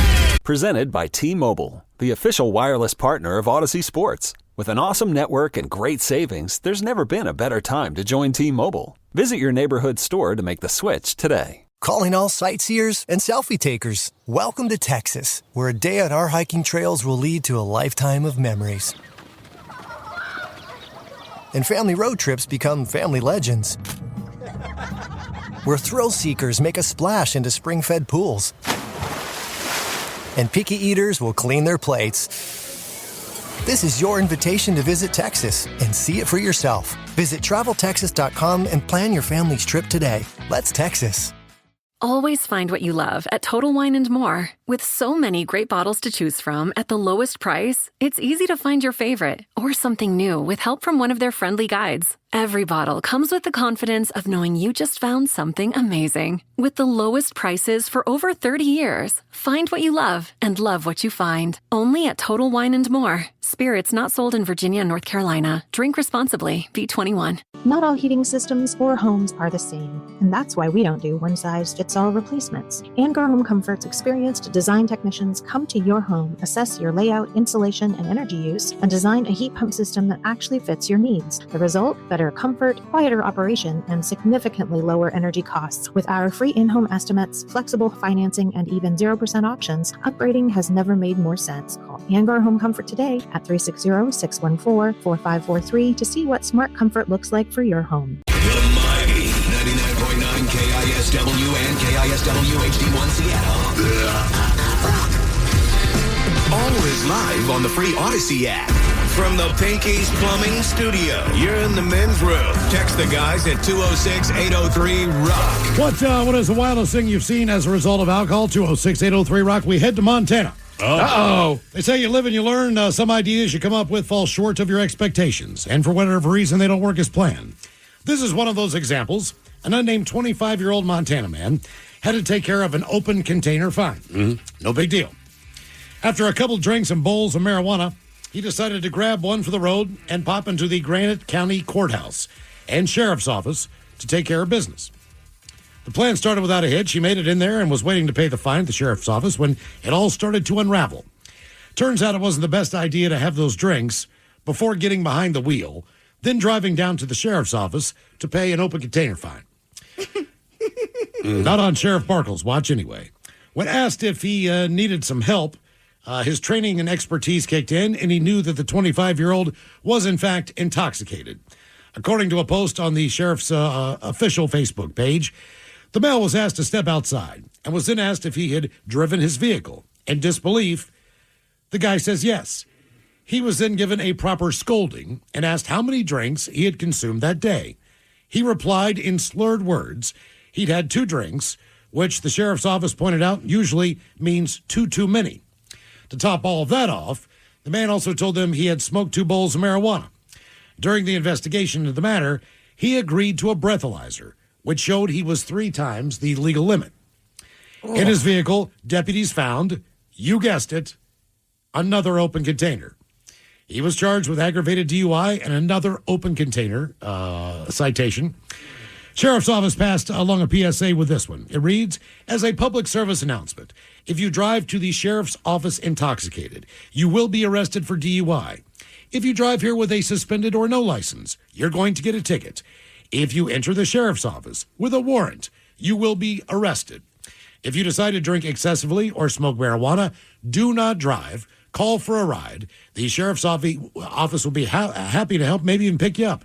If you live in one of our county towns, please walk if you're able in all of our towns. You can walk across in 10, 15 minutes. Stupidity is not an excuse. You're allowed to make mistakes, but please don't do so in Granite County, Montana. He's also our shot of the day. He is our shot of the day. For that very reason. Jeez. I mean, that, like, dude. And our top story. And the top story. This guy's massive. He is massive because it's so dumb. And Mike and I always argue that just make it a fine. Like, you commit whatever crime, all right? Yep. A crime of passion, we go, okay, we understand this. When it's just stupid, it's a $250 fine because it's dumb. Right. It's just stupid. Everything about that is stupid. You're going to court to pay a fine for an open container. So it's dumb enough to drive there drunk, but you had another open container in your car. Is that a Montana thing? What's that? Open container? Because for a while there, wasn't that like actually legal up until maybe the past 20, First of all, 25 years? I'm shocked that he only had a fine. Oh, the open container must have been on the street. He wasn't driving. I guess. Maybe. Either way. I mean, this time when they search his vehicle, they're like, are you kidding me, man? Because you know why you drove it. You drove it. You're trying to be responsible, quote unquote, to drive here to pay the fine for an open container, but you drove here not just drunk, but with an open container. He was also going there to lodge a complaint. Sure. So I don't know what it was, but he was, I'm going to pay this fine, but you're going to hear about it. This is crap. Yeah. I mean, look, I get so weirded out. Like, if I buy beer or whatever, I put it in the trunk. Yeah. Especially if I'm like going home the next day from somebody's house and it's like an open 12-pack. Like, it goes in the trunk. Yep, that's the thing to do, man. Yep. I no alcohol, but in Maryland, I had my tags were dead because I had like a work order or something on it. All right. So somebody told me, hey, once you get the thing fixed, just like the cops have to sign off on this paperwork or whatever. So I had gotten the car fixed, whatever the work order was, but I needed a cop to sign off on this form so I could get my tags, not be dead. So same thing, like an idiot, I'm 19, 20. I just drive to the state trooper barracks by my house, and the guy's like, you're telling me your car is in my lot with dead tags right now? And I go, yeah, but the work's done. And he's like, not how it works. He's like, just leave. I'm like, what? He's like, just leave and call me and ask me what to do. Basically, he was like, I'm going to have to impound your car. Yeah, Jesus. That's a good point. Right? But I mean, he was so angry, and he was like, just leave and call. It helps that you were young. It does. And the state trooper barracks, there was one right there in College Park. So, me, I was like, just knock this out. Make it easy. Jesus Christ. Back to when we were, the last trip we took to New Orleans. I've told this story before, but Steve and I started drinking maybe 10 o'clock in the morning. Basically when we got up. 11 o'clock in the morning. There is a bar that sits kind of on a corner, and it's a carousel bar. So there used to be an actual carousel in that building. Does it still move? The floor still moves. But it's so slow that you don't notice. Okay. Like, you All don't feel it at all. But the problem is, I know where we came in. But keep in mind, this is like a bar where you can see the outside. Yeah, the windows all around. Yeah, exactly. And open airways and all that stuff. So we sit down. I don't realize that we're spinning around. I did not know either. But after a couple of hours of sitting there doing tequila shots and drinking beer, when we leave out the same way we came in. But at this At point, least from the inside. But at this point in time, now we're on a different street. And you are hammered.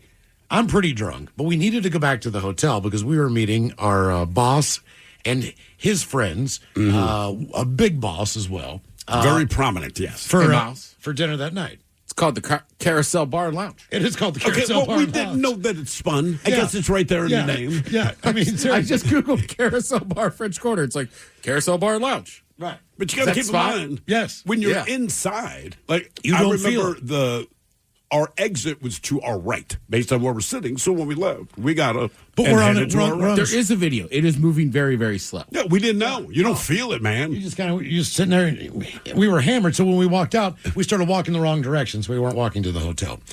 By the time that we get to the hotel, I mean, it is just, he's all over the place. Oh, yeah. And he passed out. But we need to jump in the shower to leave.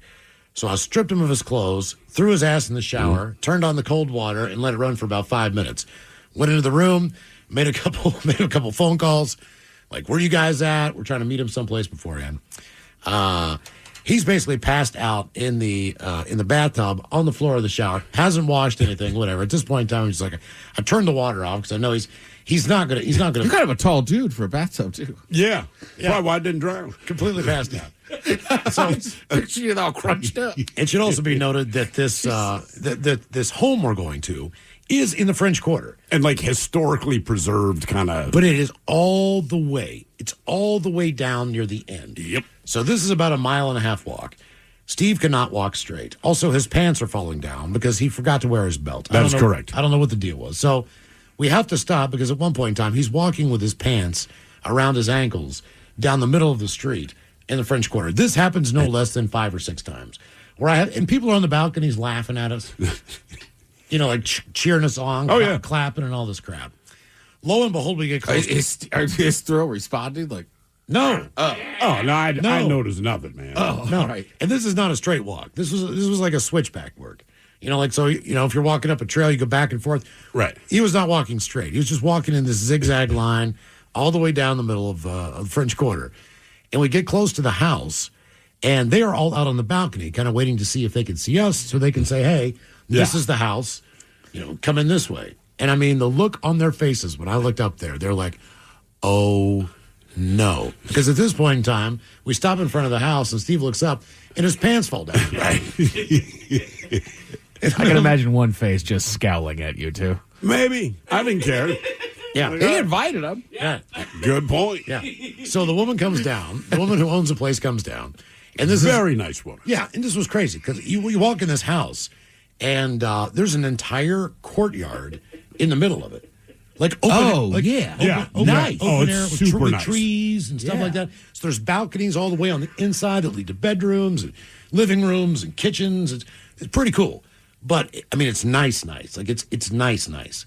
So we start walking up the steps. Steve's pants fall down again. Mm-hmm. He falls on the steps. We get to the top. She's like, we gotta figure this out. So she goes like to her garden shed and gets rope and basically makes a makeshift like Tom Sawyer belt that she ties around his waist. Yeah, it looked like buckwheat. Yeah.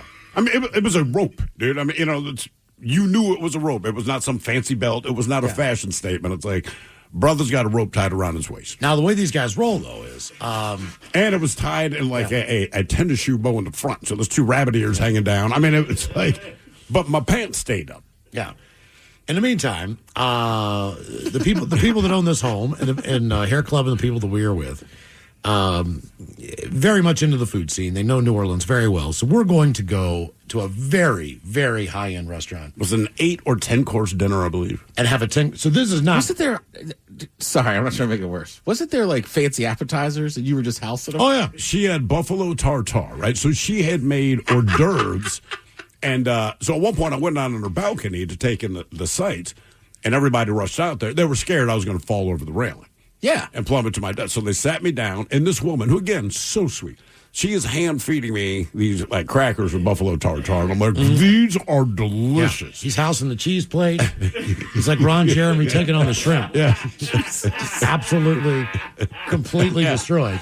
But we still have to go to this dinner, and this dinner is going to be like 2.5, 3 hours. Oh, yeah. All right? And those guys are bringing their own bottles of wine. We sit down at this big table. This is why you're there. Yes. Yeah, this was the celebration dinner. Exactly. So we get to this place. We get a round table, and I don't know if Hair Club or somebody gave the head chef in there like a bottle of wine that I don't even want to know how much it cost. They gave him a bottle of wine for him. Right. And then they also had their own bottles of wine for us to drink and quote unquote appreciate. Now I don't know how much you've ever had to drink, but when it comes to the point where you've been drinking all day, when you switch to wine, it gets worse. Oh yeah, bad things happen. If you don't drink wine, and we don't on the regular, man, we got so hammered that night. Nobody threw up. It wasn't anything like that. But the weird thing about didn't even cause a scene. I mean, we were just smashed and enjoying the meal. That I do remember. Like, I did not think we'd be able to get through 10 courses. We did, and everything was freaking ridiculously good. Yeah. Very good. But I just want to point out, so we're there with our boss, all right? Now, there's a few other people there. One of the guys who's there is Metallica's manager at the time. And the other people we're with, the people whose home we went to, which I did not know at the time. Because you walk in the house, and like Miles said, it's really nice, but there's like platinum records all over the wall and the sign poster for Metallica. So we're thinking the manager got this for his buddy. The guy whose house we were at, he was Metallica's manager's boss. So this guy and Tool carries a lot of weight. Did not know that until we got there, but they're kind of smiling. But at one point during the dinner, the manager of Metallica at the time looks at it and goes, you know what, man, like 5-6 years ago, Metallica's nickname was Alcoholica. And we said, oh, yeah, God, we remember that. And he was like, you guys can drink them under the table. He's like, I'm not even kidding. He's like, and we were like, yeah. And he's like, it's not a compliment. Yeah. I'm not giving you praise. We'd met up with those guys earlier for a little bit. Yeah. And our one buddy wanted to go to the skate club, which is, I guess, famous in New Orleans. So we walk into this place, and I am 3 sheets to the wind at this point. And I get a Bud Light or something, and I'm standing right in front of the stage, and I don't realize that a dude's going to come out. Like, this is kind of in the middle of the day. I just didn't expect, I figured full nude, late night dance club kind of thing, right? This dude comes out, and he's dressed like a cowboy or something, whatever. He starts taking off his clothes. I'm like, this guy, he's going to put on a show, not realizing at the time that our buddy had taken us to basically an all-male strip club review. All right. He didn't really include that part. It was like, hey, we should go to this bar. He's just like, cool. Mike's like, I just want to go here, man. I want to check out the scene, blah, blah, blah, blah. This guy comes out, man, and he has the biggest penis I have ever seen on a human being in my life. And I've been in a lot of locker rooms. Starts doing this helicopter thing. And I just chug my beer, man, and I'm like, I'm out. And that's when we go to the carousel. So I'm like, I'm not watching this. I feel absolutely inferior. Yeah. But we did make it through the night. The weird thing about that was at the end of it, too. The chef came out to thank us and all that stuff and ask how the meal was and everything else. He's got his chef coat on. He's got his pants on. And chef's hat included. Yeah. Chef's hat on. And he's like, we're in an alley smoking. And he walks over, and there's a Segway, which I'd never seen one before. He goes, have a good night, fellas. And he gets on the Segway and just zips off. Like, keep in mind, his Segway also has, like, blinking lights and stuff. Like, he fully decked this thing up, but we'd never seen a Segway. Man. What the hell's that? So he took off and we're like, it's like a spaceship, dude. Did that just happen? What is he riding? Like, no one had a Segway at the time. It was the weirdest thing, man. Because he seemed like a very proper guy. They got on, like, all these Christmas light Segway and just we're like, I know I'm drunk, but, like, that happened, right? Like, we did see this. Yes. I had a great time, though, man. I really did. We got to the airport. It was the morning. We're all just absolutely hungover. It's horrible. And so Hair Club's like, we got to get something to eat. New Orleans Airport is probably unchanged since they built it. Yeah, it looked like it. They have never done anything. There's no restaurants really in there, but there is a hot dog cart. And I'm like, how the hell did I'm going to get a... He's like, don't you get a hot dog. No. always find what you love at Total Wine & More. With so many great bottles to choose from at the lowest price, it's easy to find your favorite or something new with help from one of their friendly guides. Every bottle comes with the confidence of knowing you just found something amazing. With the lowest prices for over 30 years, find what you love and love what you find. Only at Total Wine & More. Spirits not sold in Virginia and North Carolina. Drink responsibly. B21. Calling all sightseers and selfie takers. Welcome to Texas, where a day on our hiking trails will lead to a lifetime of memories. And family road trips become family legends. Where thrill seekers make a splash into spring-fed pools. And picky eaters will clean their plates. This is your invitation to visit Texas and see it for yourself. Visit TravelTexas.com and plan your family's trip today. Let's Texas. Not all heating systems or homes are the same, and that's why we don't do one-size-fits-all replacements. Angar Home Comfort's experienced design technicians come to your home, assess your layout, insulation, and energy use, and design a heat pump system that actually fits your needs. The result? Better comfort, quieter operation, and significantly lower energy costs. With our free in-home estimates, flexible financing, and even 0% options, upgrading has never made more sense. Call Angar Home Comfort today at 360-614-4543 to see what smart comfort looks like for your home. Know what your vehicle needs before it needs it. Visit your Cadillac Certified Service Center and ask for a multi-point vehicle inspection. Plus, with the Winter Ready Service Event, get up to $210 in stackable rebates on batteries, brake pads and rotors, cabin and engine air filters, and wiper blades. At participating U.S. GM dealers only, max rebate derives from collectible rebates on all eligible parts. Visit Cadillac.com/service offers or see dealer for full details. Offer ends 2/28/26. Multi-point vehicle inspections vary by participating dealer. Keeping up with the cost of everyday things feels like a full-contact sport these days. We get it, and we want to help. Puget Sound Energy has a ton of ways to help you lower your energy bill, from programs designed to lighten your load to rebates on energy-efficient upgrades for your home. We're proud to be constantly looking for ways to help. Because at the end of the day, you've got enough things to worry about. Let's see what we can do to make your energy bill not one of them. To see what you qualify for and where to get started, visit psc.com/gethelp. Chili dog. Chili dog. I was like, I'm going to get a couple chili dogs. I could just see him. His cheeks were puffing up like he was going to throw up right there in the middle of the terminal. He's like, "You're not going to eat that, are you?" I'm like, "Hell yeah, I am." So scarf down. Then we started drinking again. And I think that either we were making too much. Hair Club could hear us in first class and back and coach. Yeah. And I know for a fact that I got cut off on that flight. I think we flew into someplace else, though. I think we flew into, like, O'Hara. Or something. And we had a layover. So I got more hammered, and then I got cut off on the next flight. Yeah. On the next flight home. I mean, I was just absolutely trashed. The way he always told the story was like the flight attendant or somebody's just like, "Oh, there's just these two in the back causing a problem." Yeah, and he's like, "Is it a black dude and a white dude?" Yeah. How did you know? He's like, "I don't know them." Yeah.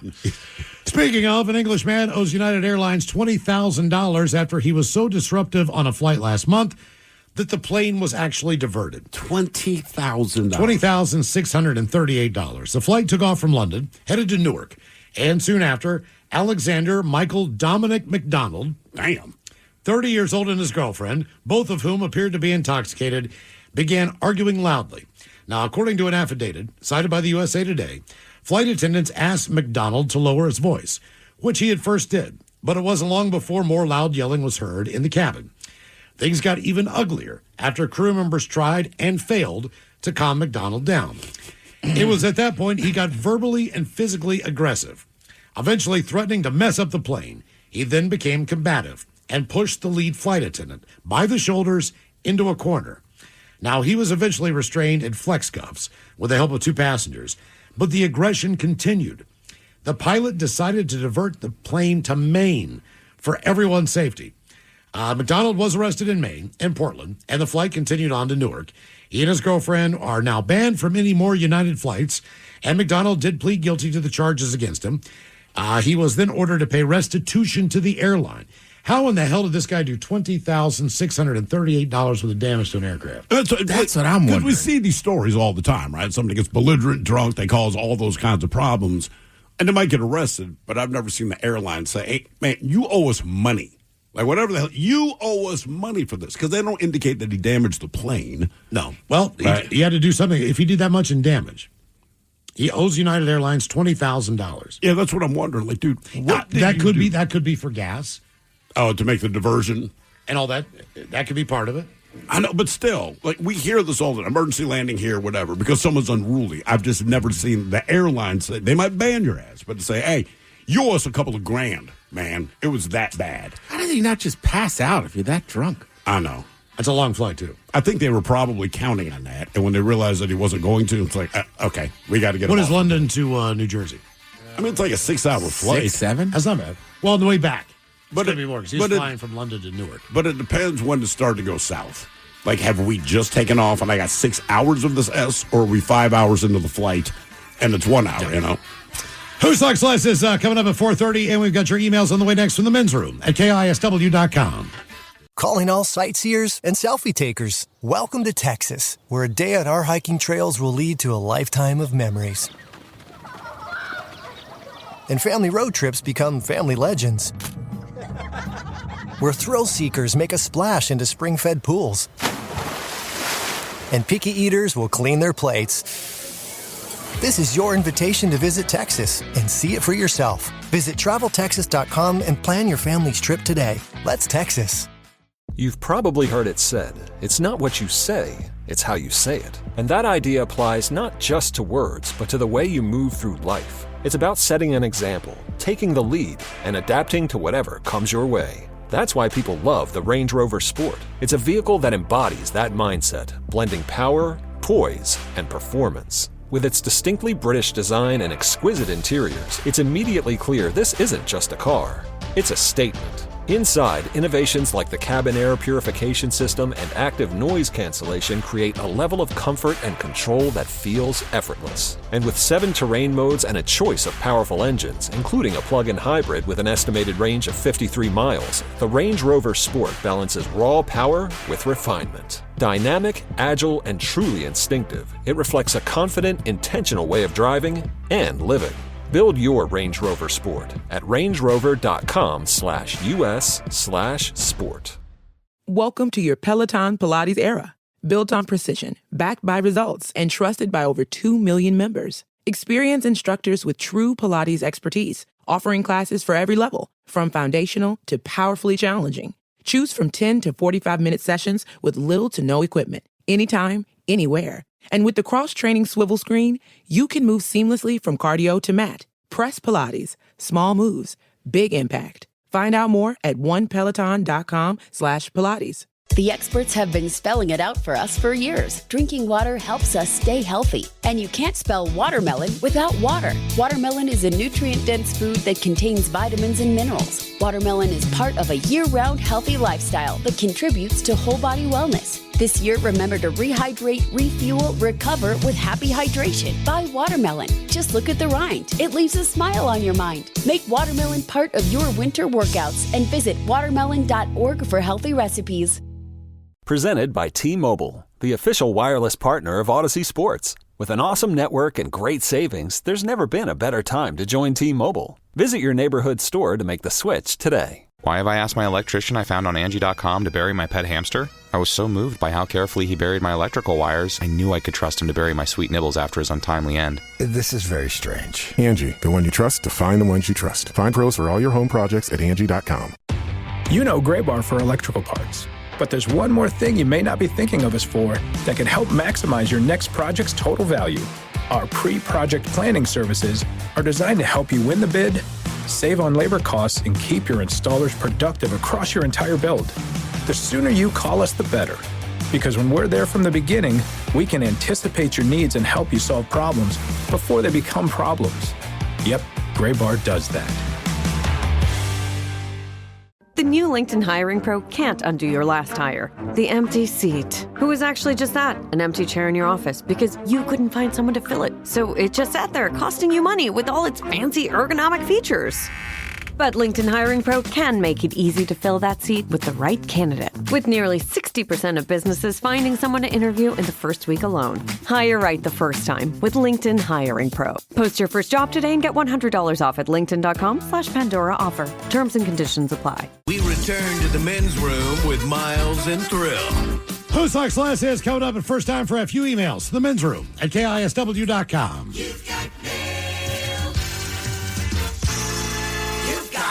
Got a couple on our question about alcohol. Guys, I had an Army buddy. Projectile vomit from the back seat in a Mustang after Thanksgiving dinner while going through the main gate on base. It was on the windshield and in the vents. Damn. I've done that. That's right. You know what? I wasn't hammered. I just got food poisoning. I went to TGI Fridays for a happy hour. I got one shot of tequila, one Miller Lite beer, got some kind of shrimp thing. Right. I'm driving down the road on the Beltway, and I start sweating profusely. I'm like, oh, no, I'm either going to crap myself or I'm going to throw up. It's like, you know when you have that immediate food poisoning that just hits? I started getting hot flashes and everything else. I'm driving my Geo Prism, and all of a sudden, man, it was like I didn't even have a warning on it. It was just, buh. And it was Jose Cuervo tequila. That reeks too, man. And it went all down the vents, all over the inside windshield of my car, to the point where, and I'm not making this up, I pulled over for a minute. I'm like, okay, I'm on the Beltway. You can't pull over on the Beltway. A police officer's going to come behind me, and the whole car smells like tequila.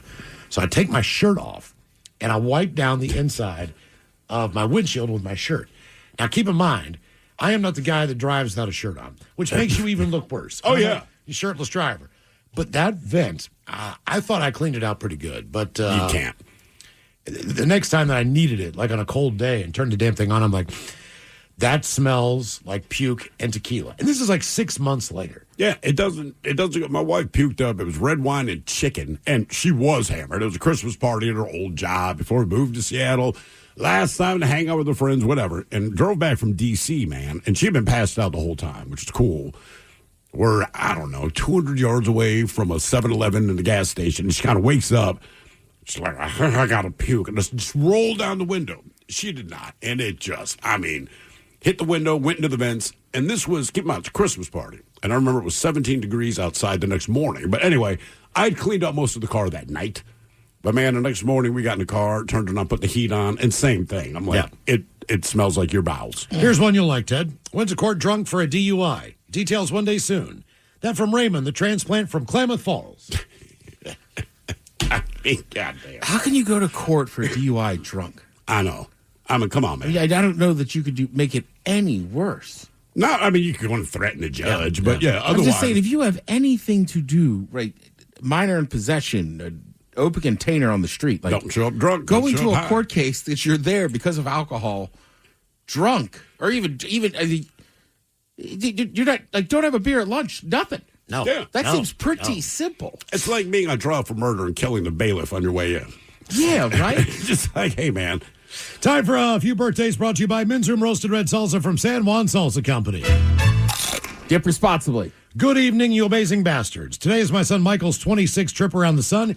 He's the one who first made me a father. Can't say anything bad about him.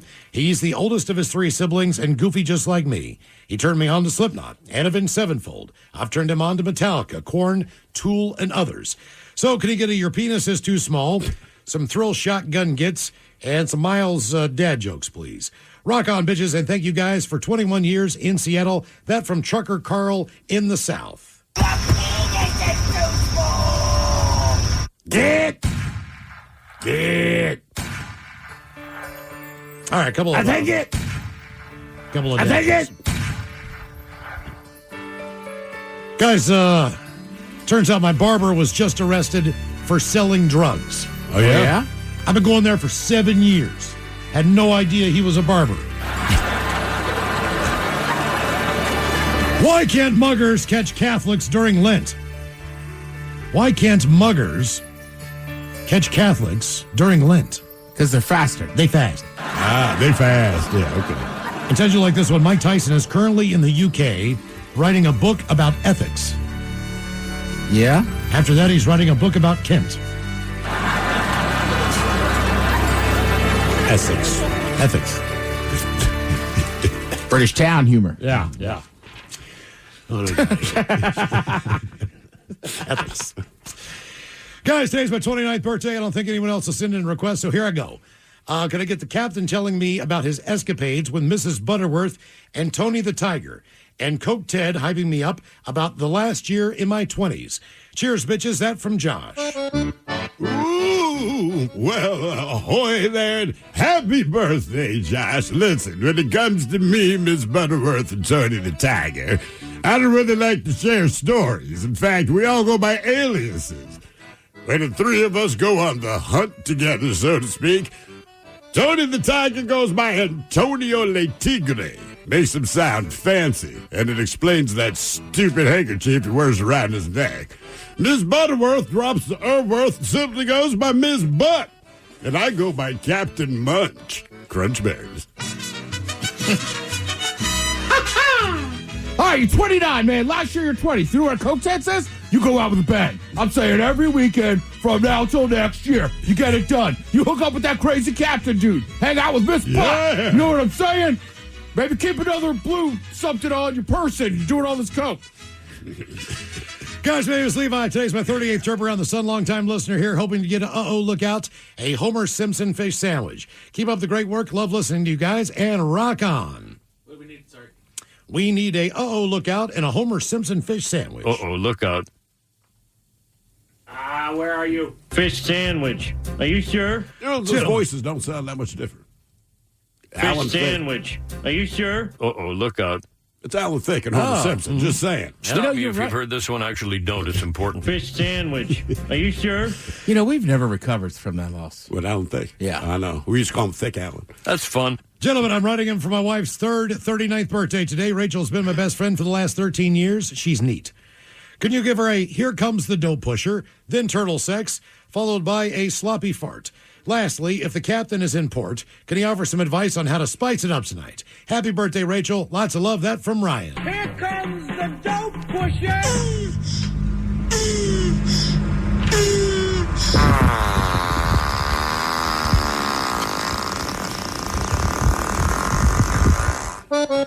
Ooh, well, ahoy there. You know, the old Capitan's hoping that fart came from the front, but I digress. You know, the old Capitan, he's been with lots of ladies and men and dwarves of indeterminate gender. But when it comes time to spice things up, as you say, I like to spritz my rectum with blue Listerine and engage what they call analingus. But you do you. Crunchberries. Guys, can I please have a birthday shout-out for my fiance, Brandon, with lots of farts and turtles having a good time. Thank you, guys. That from the lovely Bethany.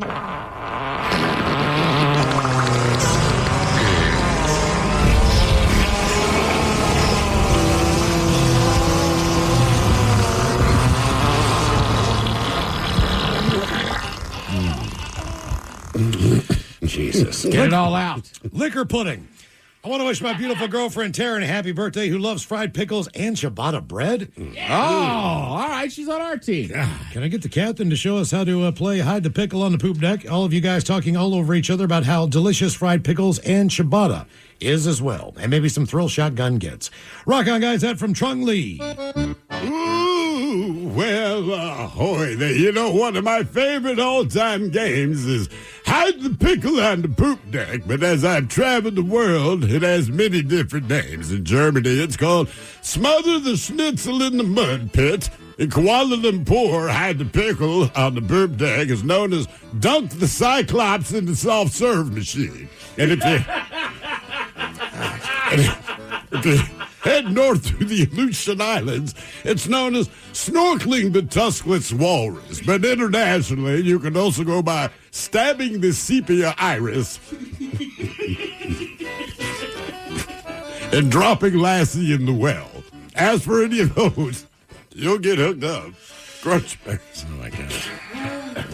Let's see. Ciabatta and fried pickles. I'll tell you what you should do. God, I'll tell you right now. Put them both directly in ciabatta bread. And then I will get fried pickles and put them in between. Then you eat them all so no one else has to. Because thank on my front side. Team Frickle. Let's see. Howdy, my name is Nathan. I got to do this myself. It's my 51st birthday today. I celebrated at the live show with you guys on Friday. So can I get a couple of dad jokes, some shotgun gets, and you talking all over yourselves about getting blackout drunk and not remembering why you got kicked out of the casino? All right, a couple of dad jokes. Common thread. Ladies, a word of dating advice. If he doesn't appreciate your fruit jokes, you need to let that man go. Mango, Ted. Mango. I found broccoli in my mailbox yesterday. Today it was asparagus. Oh, yeah? Someone is stalking me. All right. Couple more. Did you know that Elton John has bought a treadmill for his pet rabbit? Oh, did he? It's a little fit bunny. And finally, it's a little fit bunny. Did you guys that Sticks is hitting the road this summer with fish? No. No. It's the fish stick store. I'd go. Yeah, what else do they want? Talking over yourself. Got blackout drunk. Yeah. Well, dude, I never look, got man, kicked look out of about casino. getting Yeah, blacked out that's a drunk. lie. I got One time in close Vegas, once, man. I got got threatened cut off. to, Never got kicked but he out. I don't didn't know if they because he threw was us very out. large. They And asked I us got to threatened stay to there behave Friday myself. night. Pretty It was sure the he middle was of going the to day. kill me. I remember I guaranteed to win now on the slot machine. I lost $300 on Friday night. But Joel, today is my wife Terry's 55th birthday. Can I get a bong rip and Mickey wishing her a happy birthday? And the captain talking about turning the double nickel. Thanks, guys, and rock on that from Batman.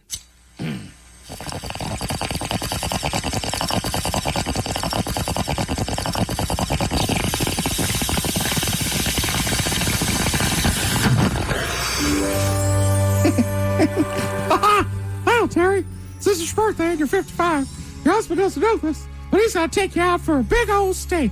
You ever seen those long bones? Takes a mice a while to eat it, but I bet you can eat one all by yourself or get it to go. And don't let him have anything. Get the most expensive wine, just like you're spending at Disney World. Ooh, well, ahoy there.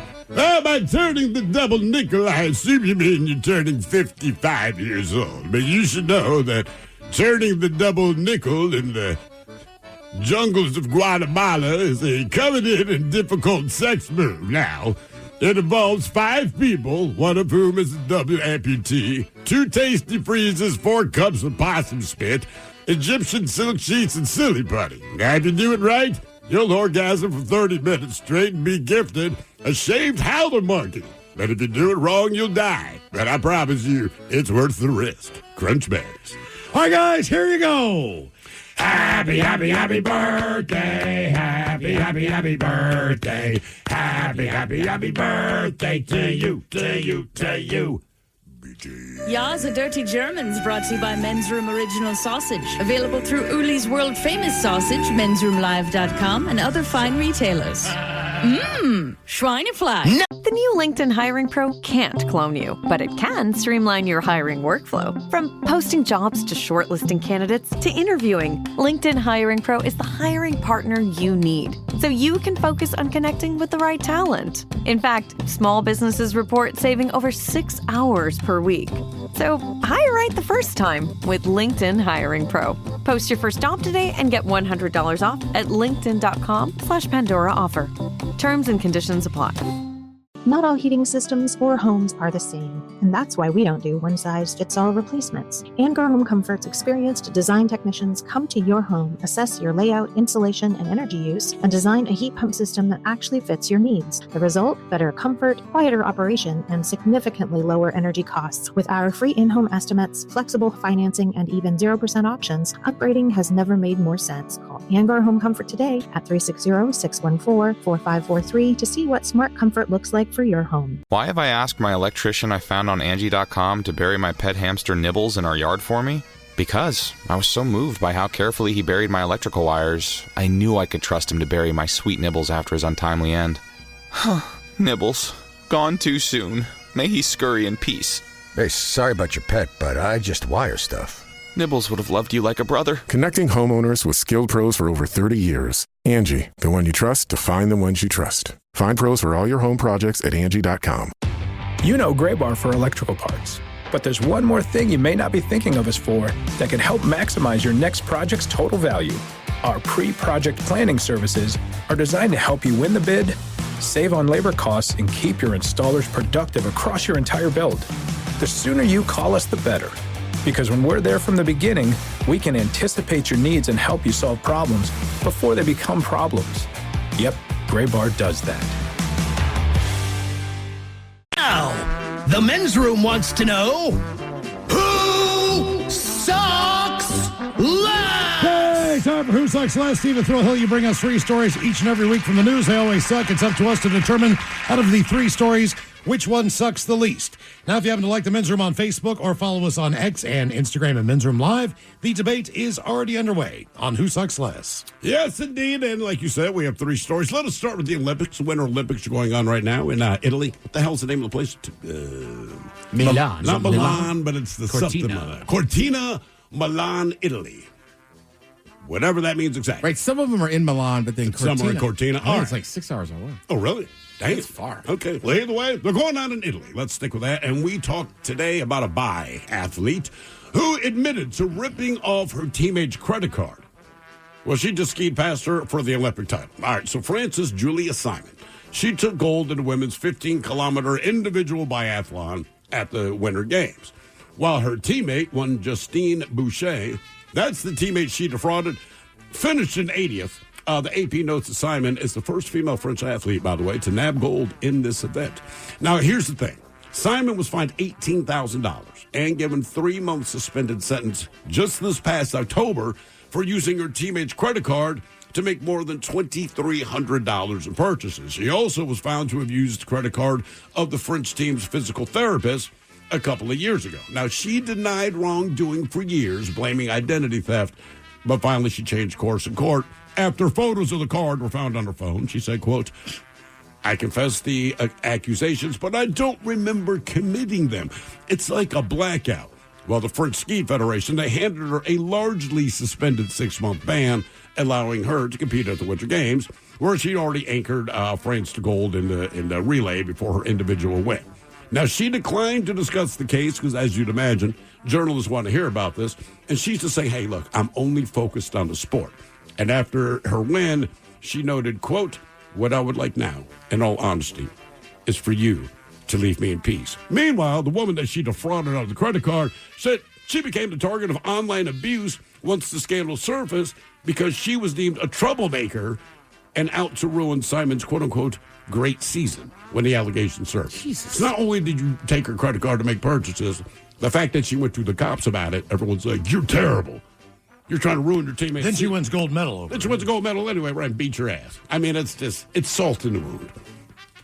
Now we go to Iowa, where an Iowa nursing home administrator was criminally charged with stealing thousands of dollars from an elderly resident, but she has agreed to refrain from practicing while the investigation is pending. Chelsea Ingles, she's facing charges of first-degree felony theft against an older individual, and ongoing criminal conduct and tampering with records. Now, she pleaded not guilty to each of these charges. The problem is, police know that in December 2023, while working as an administrator at the nursing home, she stole 2 checks belonging to a female resident. And the records indicate that at the time, the resident had been diagnosed with schizophrenia, dementia, and epilepsy. So Inglis cashed one of the resident's checks, collected $8,500. She did deposit $3,500 into the account of the patient, but kept $5,000. A week later, she used a second check to deposit $8,500 more into a bank account that she'd set up for herself and the resident. However, later that day, she transferred all $8,500 from that account into an account that she shares with her husband. And then about a year later, during an internal investigation at the home, they asked her to return the resident's money and any receipts she had for purchases that were made with that money. She only returned about $300 in cash. And now prosecutors say she also provided her employer with questionable documentation that falsely suggested that the rest of the money was used to purchase food, furniture, and television for the resident that she stole it from. And she has since been arrested and the investigation is pending.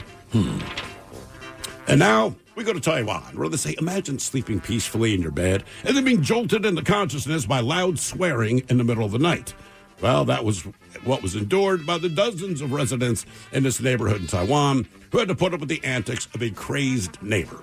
So a Taiwanese court, they recently ruled against a woman, surnamed Chen, who installed sound amplifying equipment on the balcony of her home and then used it to insult her neighbors at odd hours of the night, at least 3 times per week for 2 years. It started in May of 2023. She started using a megaphone to insult several neighbors with whom she had disputes.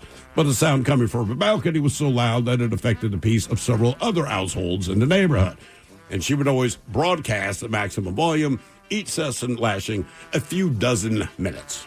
Now, after enduring the situation for almost 2 years and failing to reason with the neighbor, dozens of her neighbors, they filed a joint complaint with the local police. The case eventually ended up in court, where she admitted to using a megaphone to curse at her neighbors at late hours of the night, but claimed she only did occasionally and only because the noise caused by neighbors had prevented her from resting properly. Well, a judge ruled that by deliberately and repeatedly using amplifying equipment to broadcast abusive language during late hours, she had gone beyond what society deems reasonable or even tolerable. She was hit with a $3,600 fine, but she can still appeal. And she was sentenced to 3 months in prison, but it's commutable. So those are your three stories. We have the biathlete who, sure, stole the credit card of a teammate. And it's not that she just went on to beat the teammate in their shared competition. But even says, I don't really remember doing it. Keep in mind, she also used the credit card of that same team's physical therapy. I gotta admit, this is hard.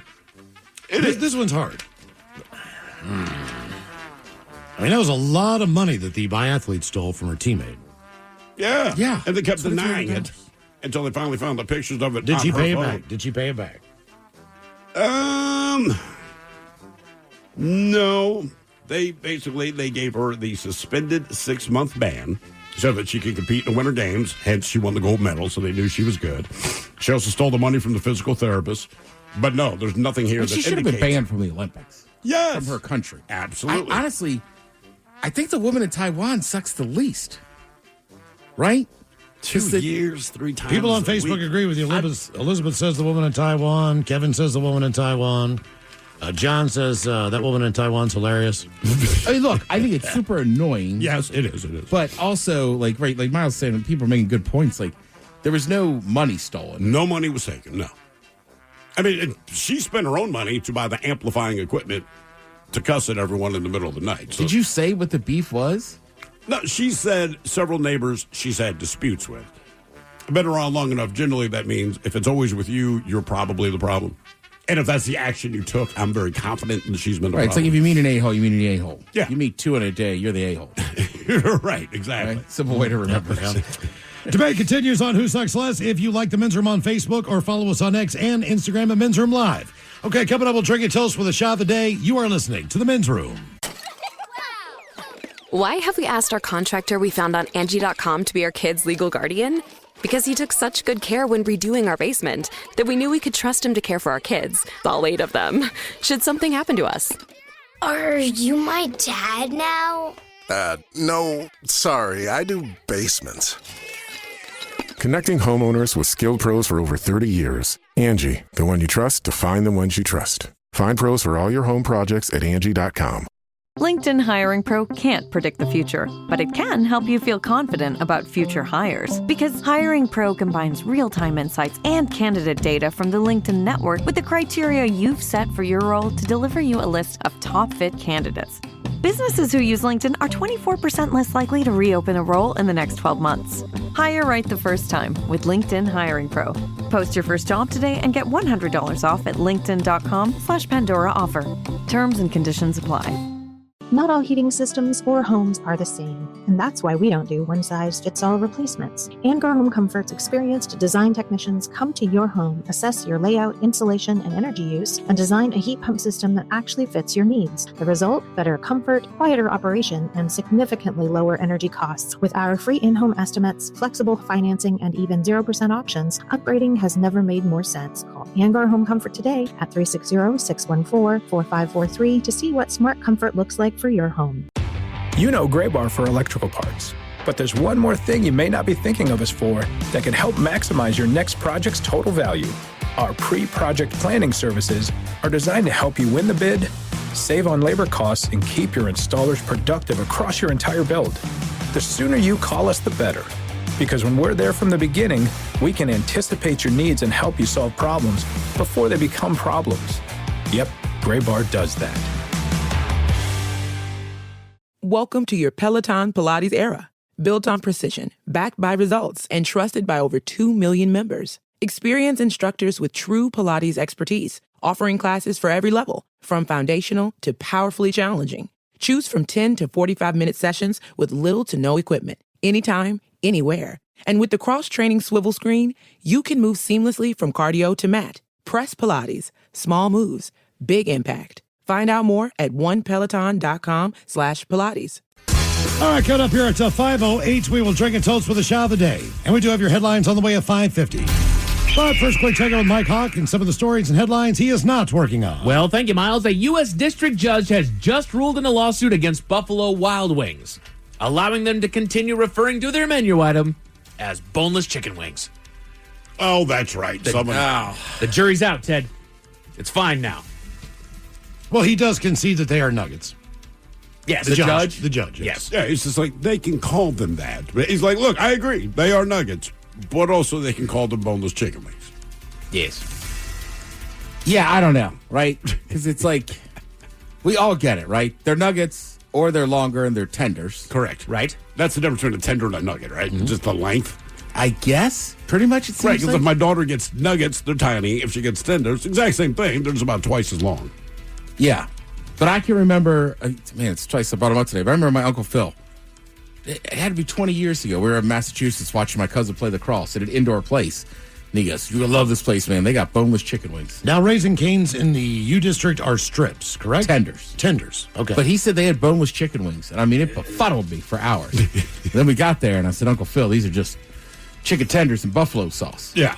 Right? Like to this day, I would pay top dollar if somebody said, we've deboned the flat for you. But they only call them boneless chicken wings if they're in sauce, right?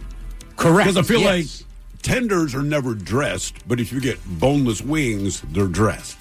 That's a good point. I'm just thinking about it now because my daughter does not want any additional flavors on her tenders or nuggets, right? Sure. And they're always tenders or nuggets.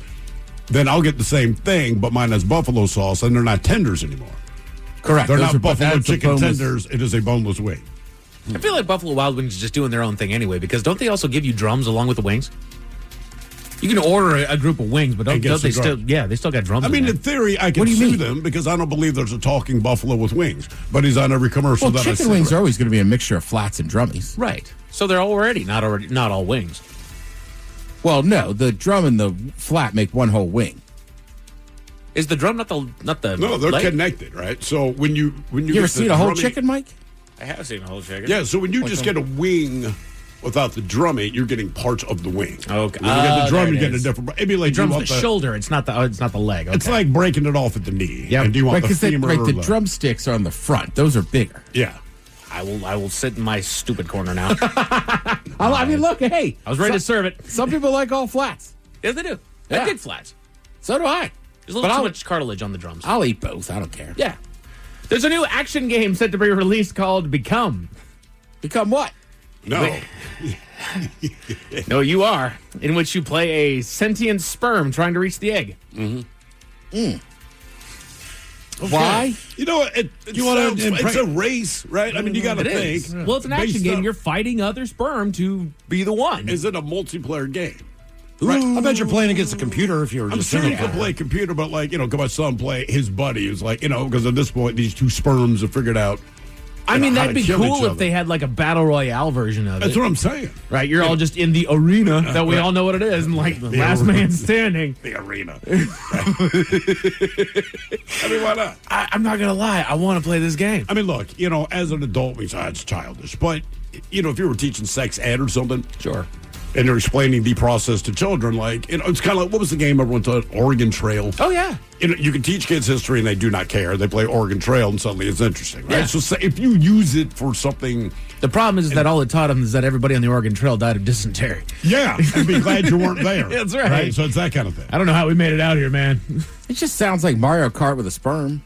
Pretty much. Could be. I don't think it's a racing game though. I think it's a they call it an action game. So I wonder if it's also action adventure where it's like adventure. And now we're in, but you have to find out where that is, man. You gotta find that egg. You gotta dodge natural. Oh, she's into something we didn't know. Don't waste your time looking. But there are like acids in there that you got to dodge, antibodies in there that you got to dodge. So it's like this isn't just a racing game where like we're going for the finish. Like no, this is like all right, we're in, everybody go. Like, but also just because you get there first doesn't mean you're the winner. Correct. You still got to break through the gate, so to speak. Yeah. Right? And I feel like there are some that do just break through the gate to let other ones through. Like it's a group effort. Yeah. And apparently your little guy has little glasses on. Oh really? Yeah, I want to check it out. I really do. I do too. It's called Become. We're gonna leave it at that, Miles. The new number is in. Scientists say the proper number of daily farts in a healthy adult. Any idea that 14. 14. That's what I was gonna say. It was always 13. 32. 32? They really upped it, huh? They've gone up to Damn. 32. I am super healthy. My stomach's been rumbling, dude. I got a little too much fire. I heard it earlier. Yeah, I know. There was a pause in the conversation. There was a boo. I'm like, that is a mic one. And the thing is, I'm not hungry. Oh yeah, that's a bad sign. Yeah, that is. Put your thinking caps on, Jen. Time for the Merriam-Webster word of the day. Now, I'm going to give you guys a 70% success chance on this one, but there's a few qualifiers that I got to put on this one, okay? All right. It is an adjective brought to you by the letter G. Now, I will put it on here. Don't think of it as a word. Think of it as a reference, okay? All right. This is a how did I describe this? This is a reference that is being used as an adjective, okay? Read it like a riddle. It describes something that has or produces an optimal balance, usually between two extremes. Now, if you want to, in astronomy, it specifically designates an area of planetary orbit neither too hot nor too cold to support life. I know. So it is a G word that describes something that has or produces an optimal balance, usually between two extremes. Again, in astronomy, it specifically designates an area of planetary orbit neither too hot nor too cold to support life. So I know it because I'm a nerd, and that as they look for alien life, that's exactly. specifically. So you understand what I mean, that it's a reference, it's not a word. It's a reference, and it's someone's name. Correct. You learned it in childhood. Think about old fairy tales, folk tales, a G word. It's somewhere it is not too hot. It is not too cold. It's not too hot. It's not too It's cold. porridge. No, it's Word is. Come on, Ted. Starts with a G. Kind of someone's name. Main character.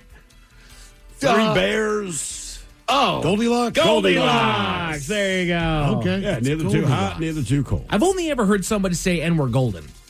That was always my dad. Is that we called it golden, Sure. but I never put that together. I've never actually heard it in this context, I've only heard it with regards to astronomy.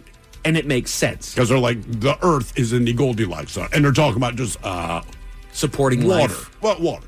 Sure. If it is too hot, the water turns to steam, you're Venus. If it is too cold, it's just ice, which is Mars, right? But their belief is that water being the universal solvent, that's where molecules can get together and form the keys to life. Hence, the Goldilocks zone is a planet that has water that flows somewhere. Gotcha. Yeah. Right in the pocket. Because it's not too hot, not too cold. Right in the pocket. Ketamine addicted teenagers in the UK are starting to. Yeah, I know. That's a way to break the ice. Wow. But ketamine addicted teenagers in the UK are starting to show a common side effect: incontinence. Oh, they're pooping themselves? They're peeing. They're wet in the bed. And the thing is I read the story and it's like these ketamine addicted teenagers are all wet in the bed. They all got to worry about bed liners and what. I was like, they're addicted to ketamine. Right, they're bigger problems. I feel like we should address one. Are they like doing just ketamine on their own, or is this like prescription drug ketamine? I didn't Well, read they the say full story. addicted, so I would think they're doing it on their own. Right. I would think Well, that. I mean- well, yeah, I know, but I don't know. Get a K-hole, you're probably going to poop your pants. I don't know. That scares the hell out of me, man. K-hole? Yeah. Yeah, it should. It's I'm not okay with that. Like read up on Matthew Perry. That freaked me out, dude. Yeah. Well, I understand. Like He's his a case scenario study. freaks me the hell out. How about just like the mannerisms of Elon Musk when he's rolling? Oh no. Yeah, he gets real jerky. I mean, look, there is some good medical stuff coming down the pipe with ketamine, right? Absolutely. Especially with depression. Absolutely. Right? That's how Matthew Perry got it prescribed. Right. And my buddy's wife used to work for a ketamine company.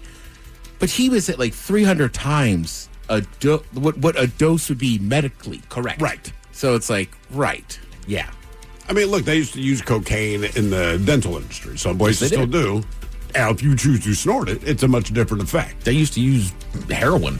Yeah, my dad was still alive, or my dad was alive and is still alive, but he was alive when heroin was still being used for some medical procedures. My mom. And they made it illegal, and then it just came up with oxys, which is just heroin without the whatever, right? So, I mean, that's your workaround. They used to use coke as a local as far as doing procedures in dentistry. Yeah. My mom said that was pretty common. They just brush your teeth with coke, basically. And your gums. And Get them then all numbed up, and then whatever they're going to do, they're going to do. People went to the dentist. Yeah.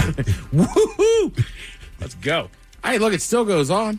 They give you the gas there. But Yeah. if you do it yourself, you're in trouble. If they gas you at the dentist's office, it's fine. Gonna get a little more gas, Doc? I know. I still feel like a druggie. He should have just looked at me and been like, been to a festival, huh? No. Can I have some more gas? It hurts. Not in there anymore, bud. Yeah, there's no nerve left, sir. All right. Then why does it hurt? Yeah, that's right. Let's just both sit here in this awkward silence now as you drill away or whatever it is you're doing, knowing that I just want some nitrous, please. I like thrills like those. Like, double down. Why does it hurt then? Yeah, that'd be my role. You didn't do your job. Yeah, you suck. Gas me. Don't worry, I brought my own balloon. It's cool. Steve, do you know what today is, my friend? Well, as everyone said on YouTube, Mike. Hump day. You're Hump absolutely day. right. And it is also Thumb Appreciation Day. Thumb. Top 10. The Mental Top 10.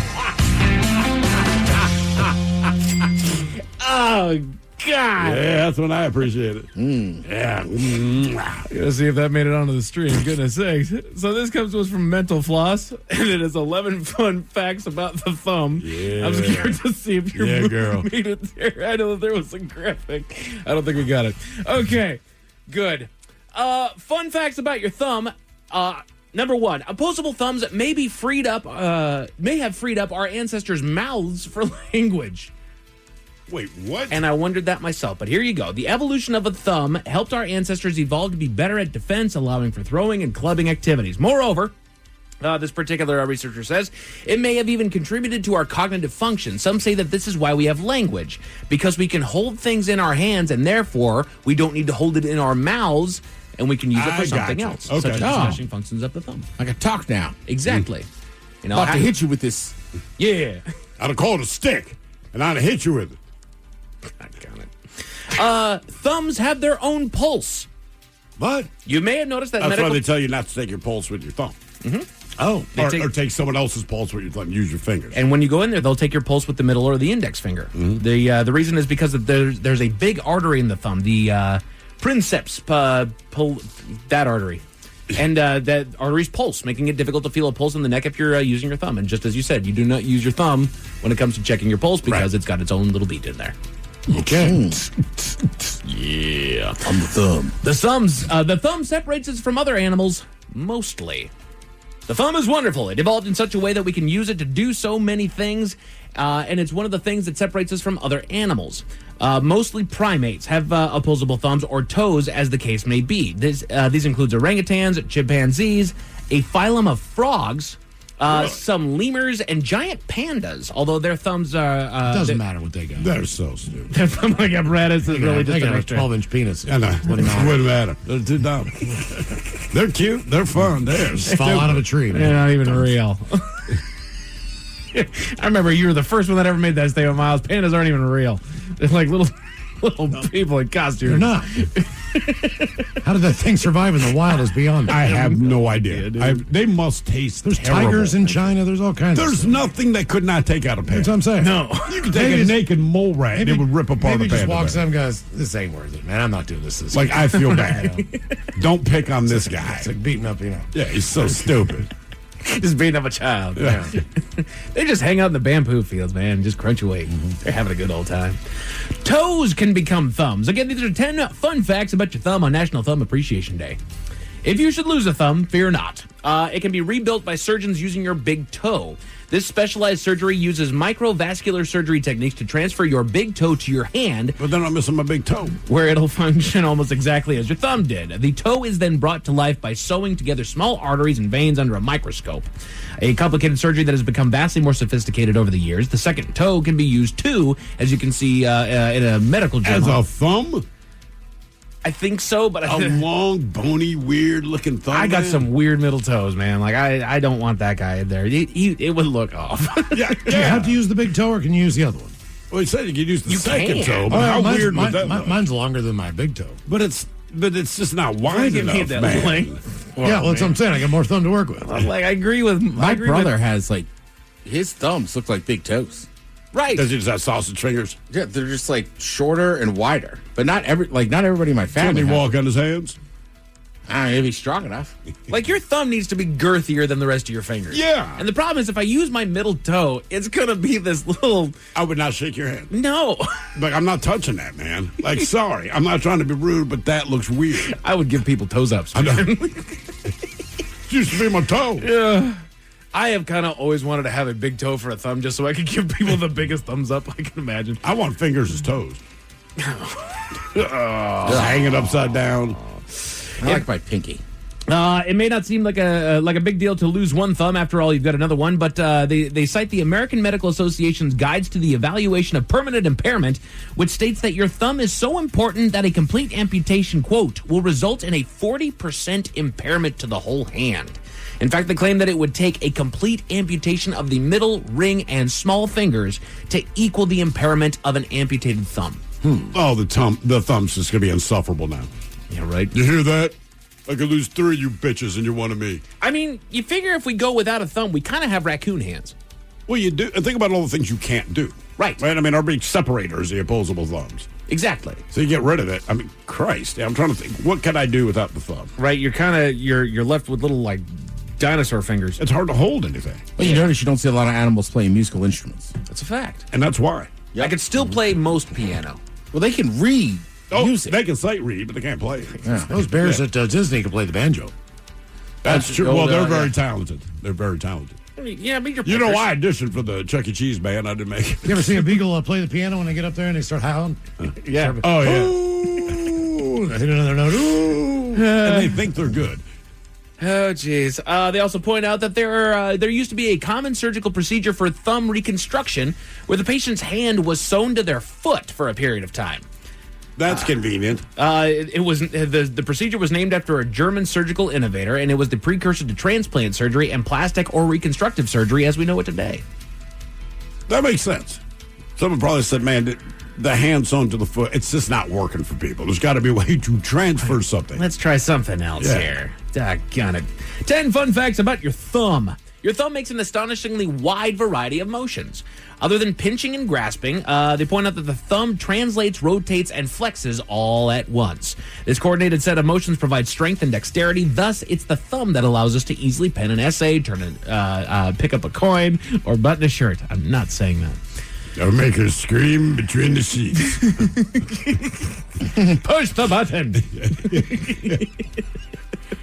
That dexterity also makes it fragile. The thumb may appear to only have 2 knuckles, but it actually has a third right above the wrist. All right. Third knuckle. We're going to the third knuckle. This is called the first carpo-metacarpal joint. If that starts to hurt or gets big enough to look like a bump or a mass, you may have CMC, carpo-metacarpal joint disorder. Not Christian McCaffrey. No, a common condition that is partly genetic and partly from repetitive use. You can get arthritis in the other joints as well, but this one is the most debilitating.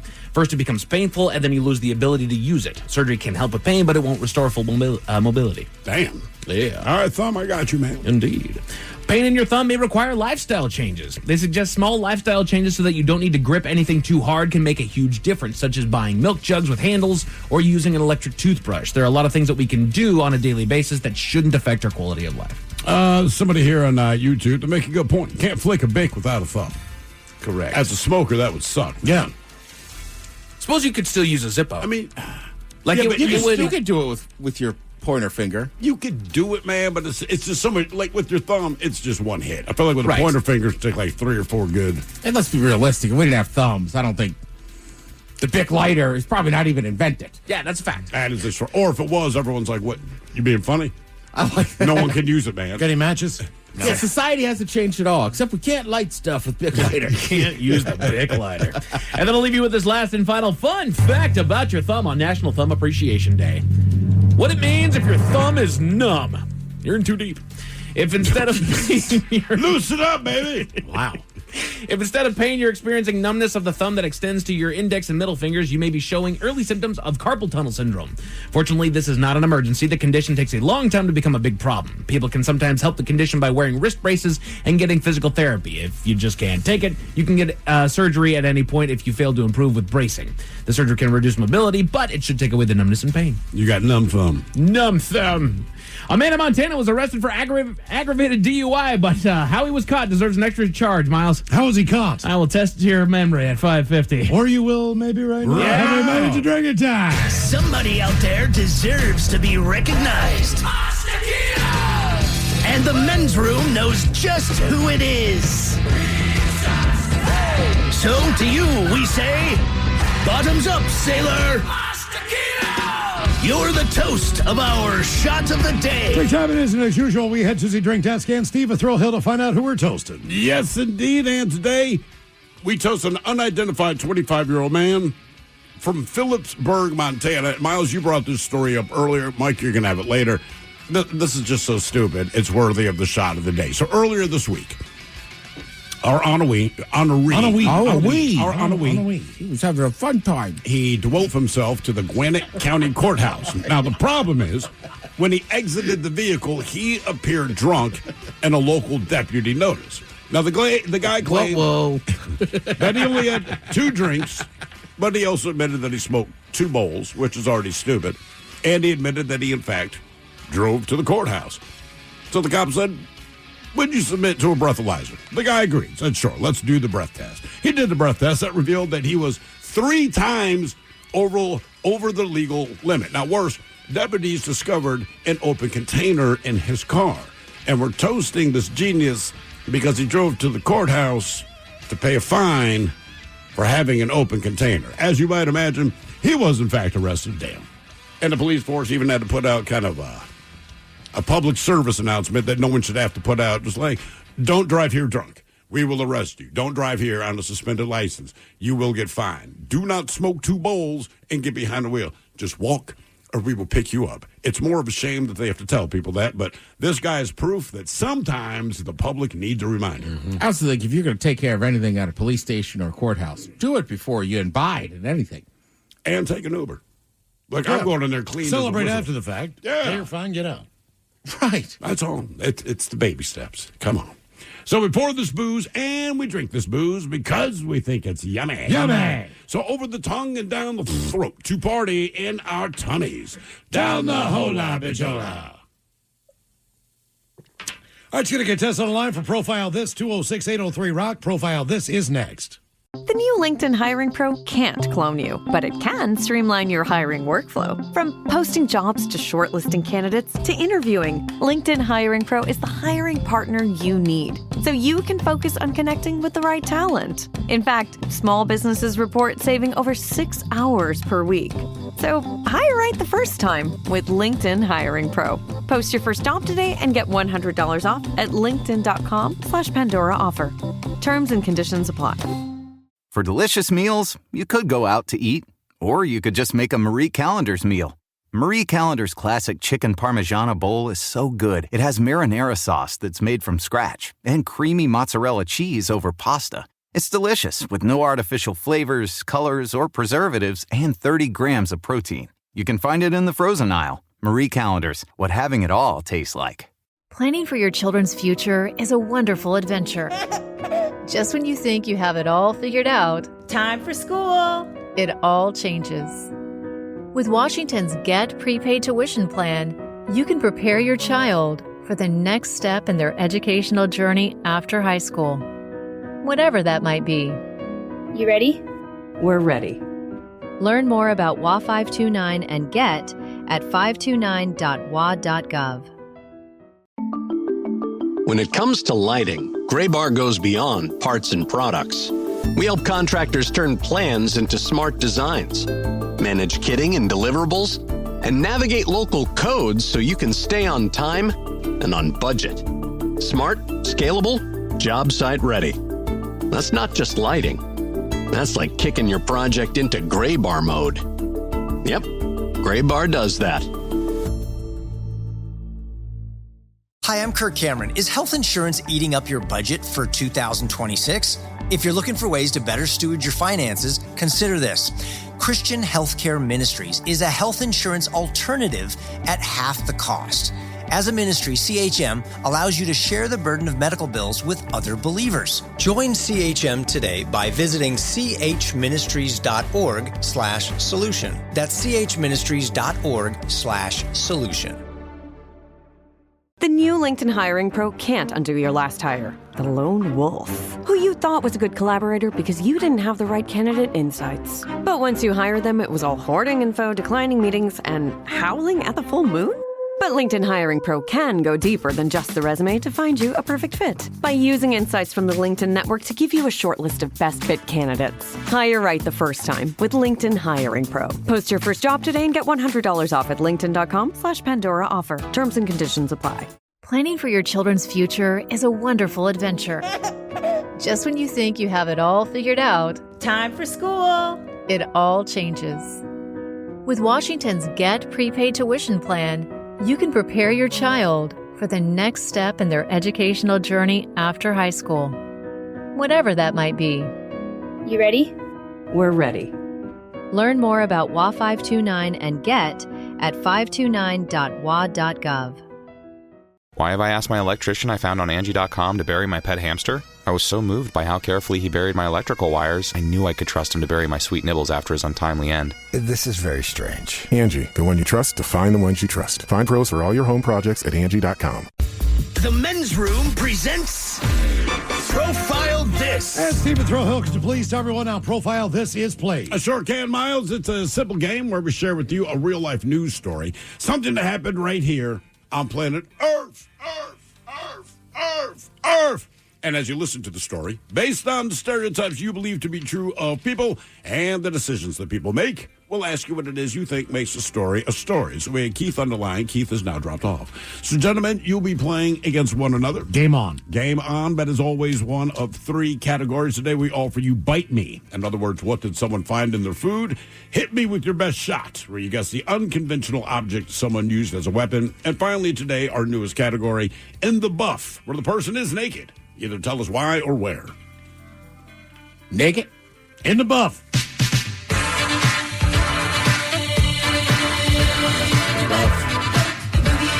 Buff. All right. Boogie in your... We go to Norristown, Pennsylvania, where a police sergeant was charged with aggravated assault. As the story goes, an unarmed naked man was screaming and damaging cars.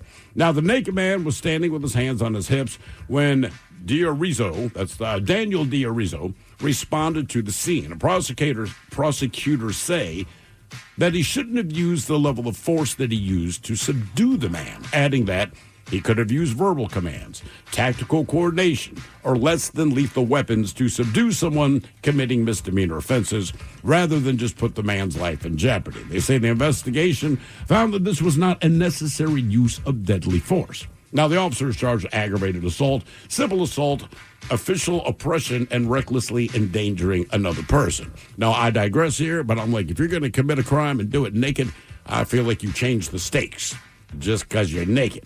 But the question is, what was the level of force used? What did this cop do to the naked guy that is screaming at vehicles? Did he shoot him? Did he pepper spray him? Did he allow the canine to bite him?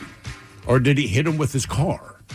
So did he shoot him, pepper spray him, canine his ass, or hit him with the car? And again, it's a misdemeanor. The guy's just naked. He is screaming. He's trying to damage cars. This cop sees him and says, I'm not dealing with this today. I think he did say I'm not dealing with this today, and he sent the dog. Give me the canine unit. I'm going to go hit him with his car. I was going to go with that too, but... Well, I mean, you can. Yeah. You know what? Let's just go for the gold. I think he shot him. Shot him. Okay. What did the cop do to the naked man? Did he shoot him, pepper spray him, send a canine dog his way, or hit him with his car? We'll find out next. That was a tease. You are listening to The Men's Room. Why have I asked my HVAC guy I found on Angie.com to change my grandpa's trachea tube? Because I was so amazed by how quickly he replaced our air ducts. I knew I could trust him to change Pop-Pop's tube while I was on vacation. Make it quick, young man. Aw, see? Pop-Pop trusts you. I think we should call a doctor. Connecting homeowners with skilled pros for over 30 years. Angie, the one you trust to find the ones you trust. Find pros for all your home projects at Angie.com. The new LinkedIn Hiring Pro can't undo your last hire. The empty seat. Who is actually just that? An empty chair in your office because you couldn't find someone to fill it. So it just sat there costing you money with all its fancy ergonomic features. But LinkedIn Hiring Pro can make it easy to fill that seat with the right candidate. With nearly 60% of businesses finding someone to interview in the first week alone. Hire right the first time with LinkedIn Hiring Pro. Post your first job today and get $100 off at linkedin.com/Pandora offer. Terms and conditions apply. There's a difference between liking a house and actually getting it. Redfin is built to close that gap. Redfin agents close twice as many deals as other agents. So when you find a home you love, you're not a step behind when it's time to make an offer. That means less watching great homes disappear and more zeroing in on the one you'll actually end up calling home. Redfin helps turn saved listings into real addresses. Get started at redfin.com. Own the dream. 89.9 KISW. Category is the brand new one in the buff. PA police sergeant had to subdue a naked man. But he did it in a way that was so bad that he was actually charged with assault. Yeah.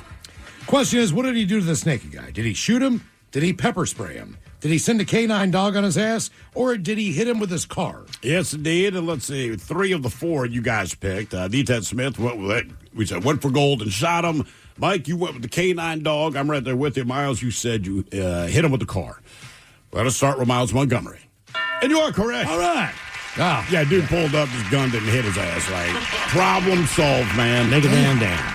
Like I said, don't commit crimes naked. It makes everyone Well, he didn't want edgy. to touch the guy. That's what I'm saying. I get it. I'm not saying it's the right thing to do. But like my go-to, I'm going to tase you just because you're naked. Also, I don't want my dog on a naked guy. I bet you the dog's even like, I'm not touching that, man. Yeah. Probably open the door, dog's like, nope. I'm not going to pet my dog after he's been on top of a naked guy. You know?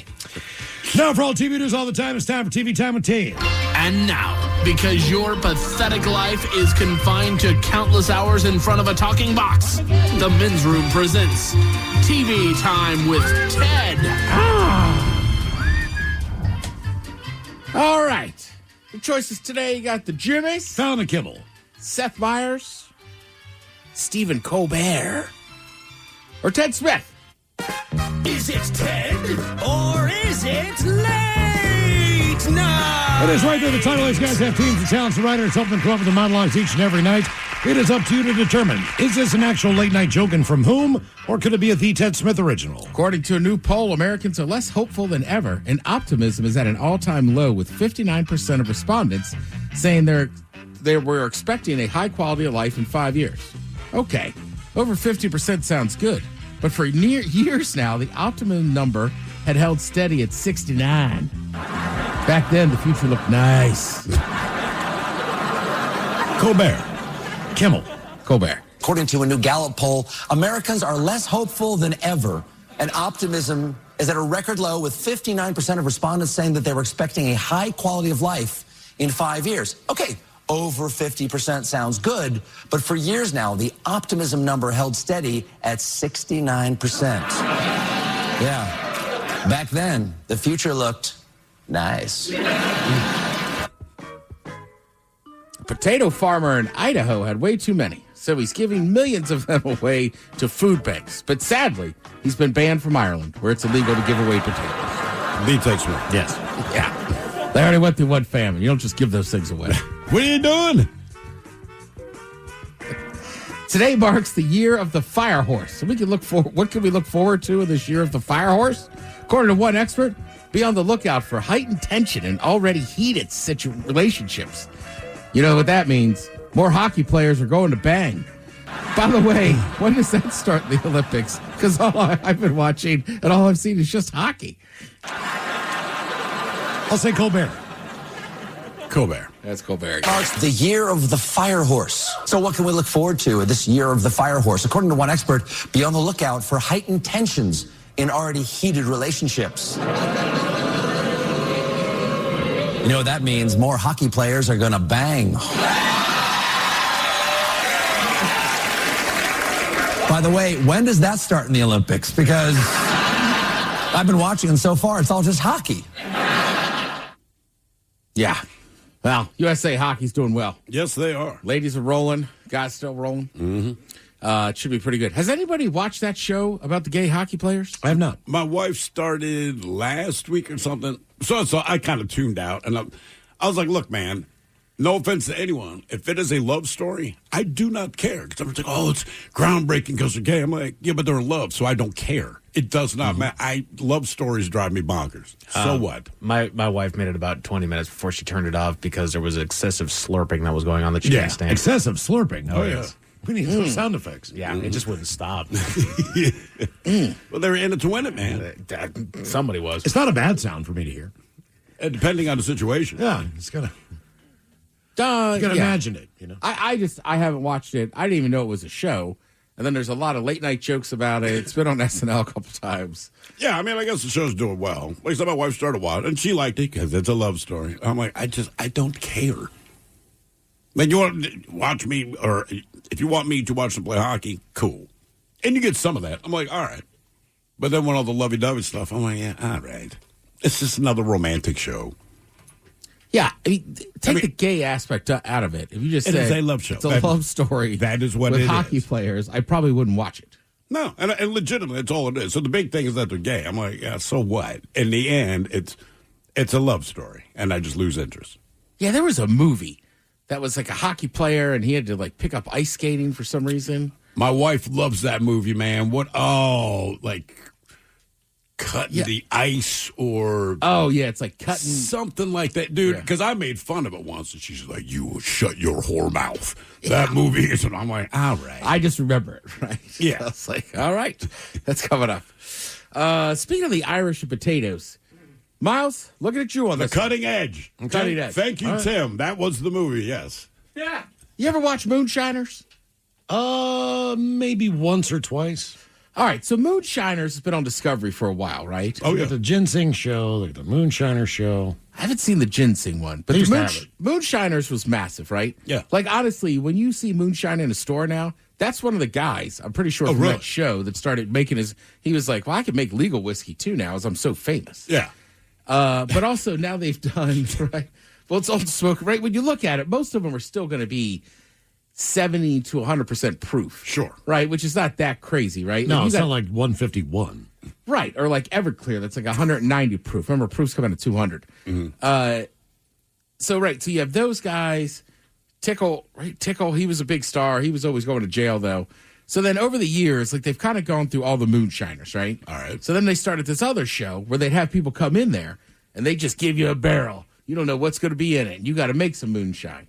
But I like now they've gotten to the point now where they also do kind of like shows about the history of moonshining. Okay, that's a little more interesting to me.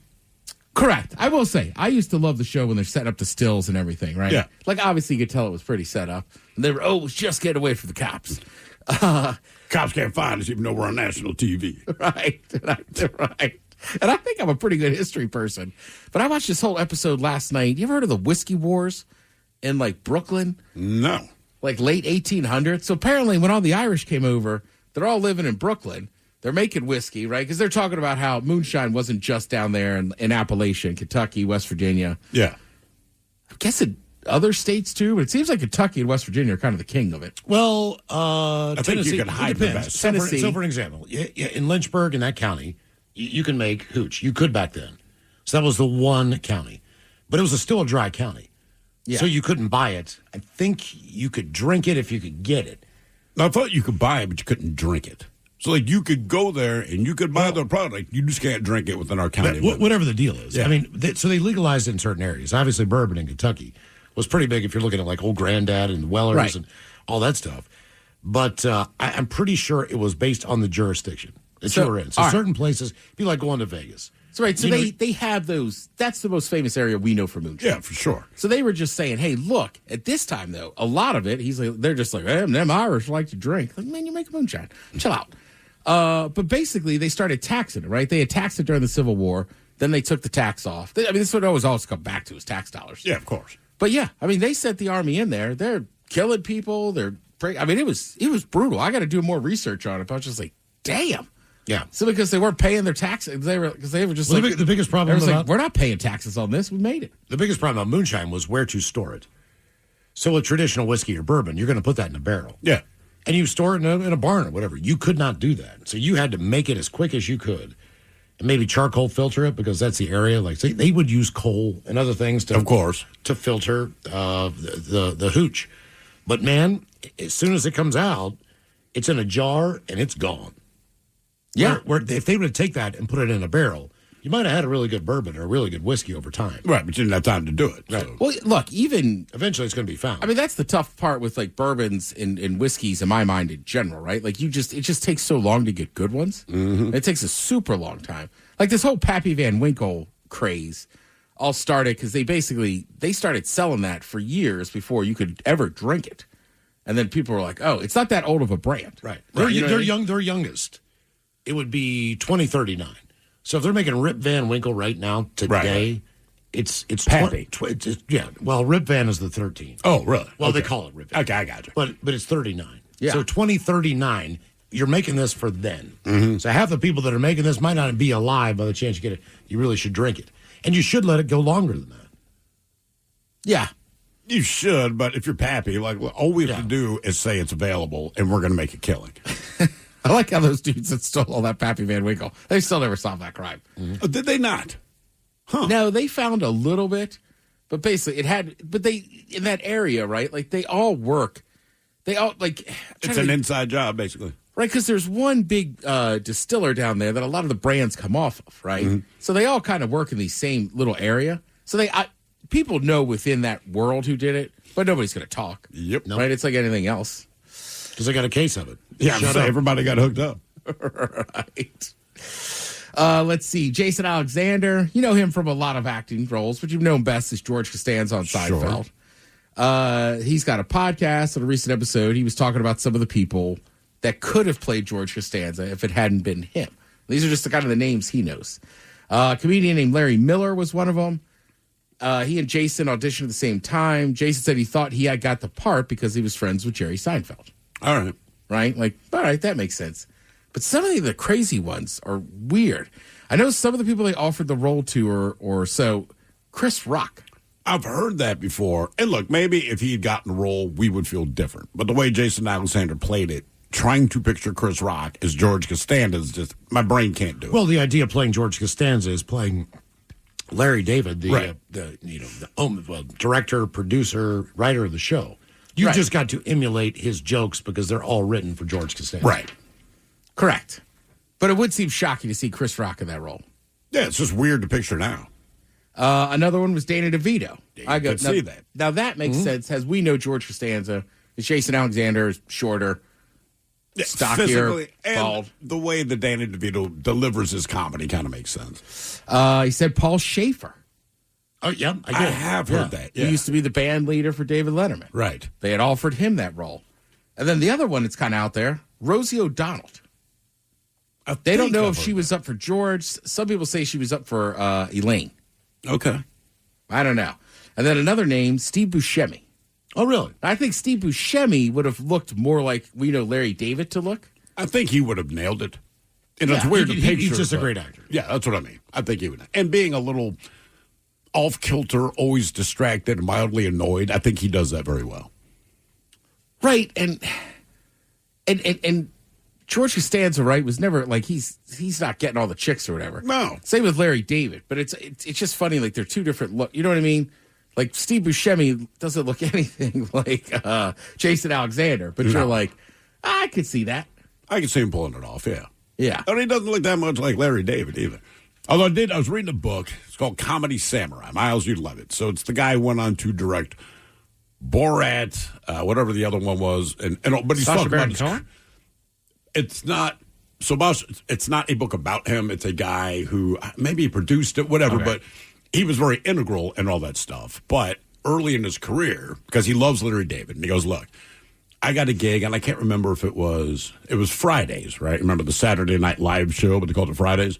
All right. So Larry David was a writer on Fridays, and he said even then, man, he had this sharp wit, and the producers still wouldn't mess with him because like he's a very matter of fact kind of dude. They were pissed that they called it Fridays because they said, look, we don't want everyone to compare us to Saturday Night Live.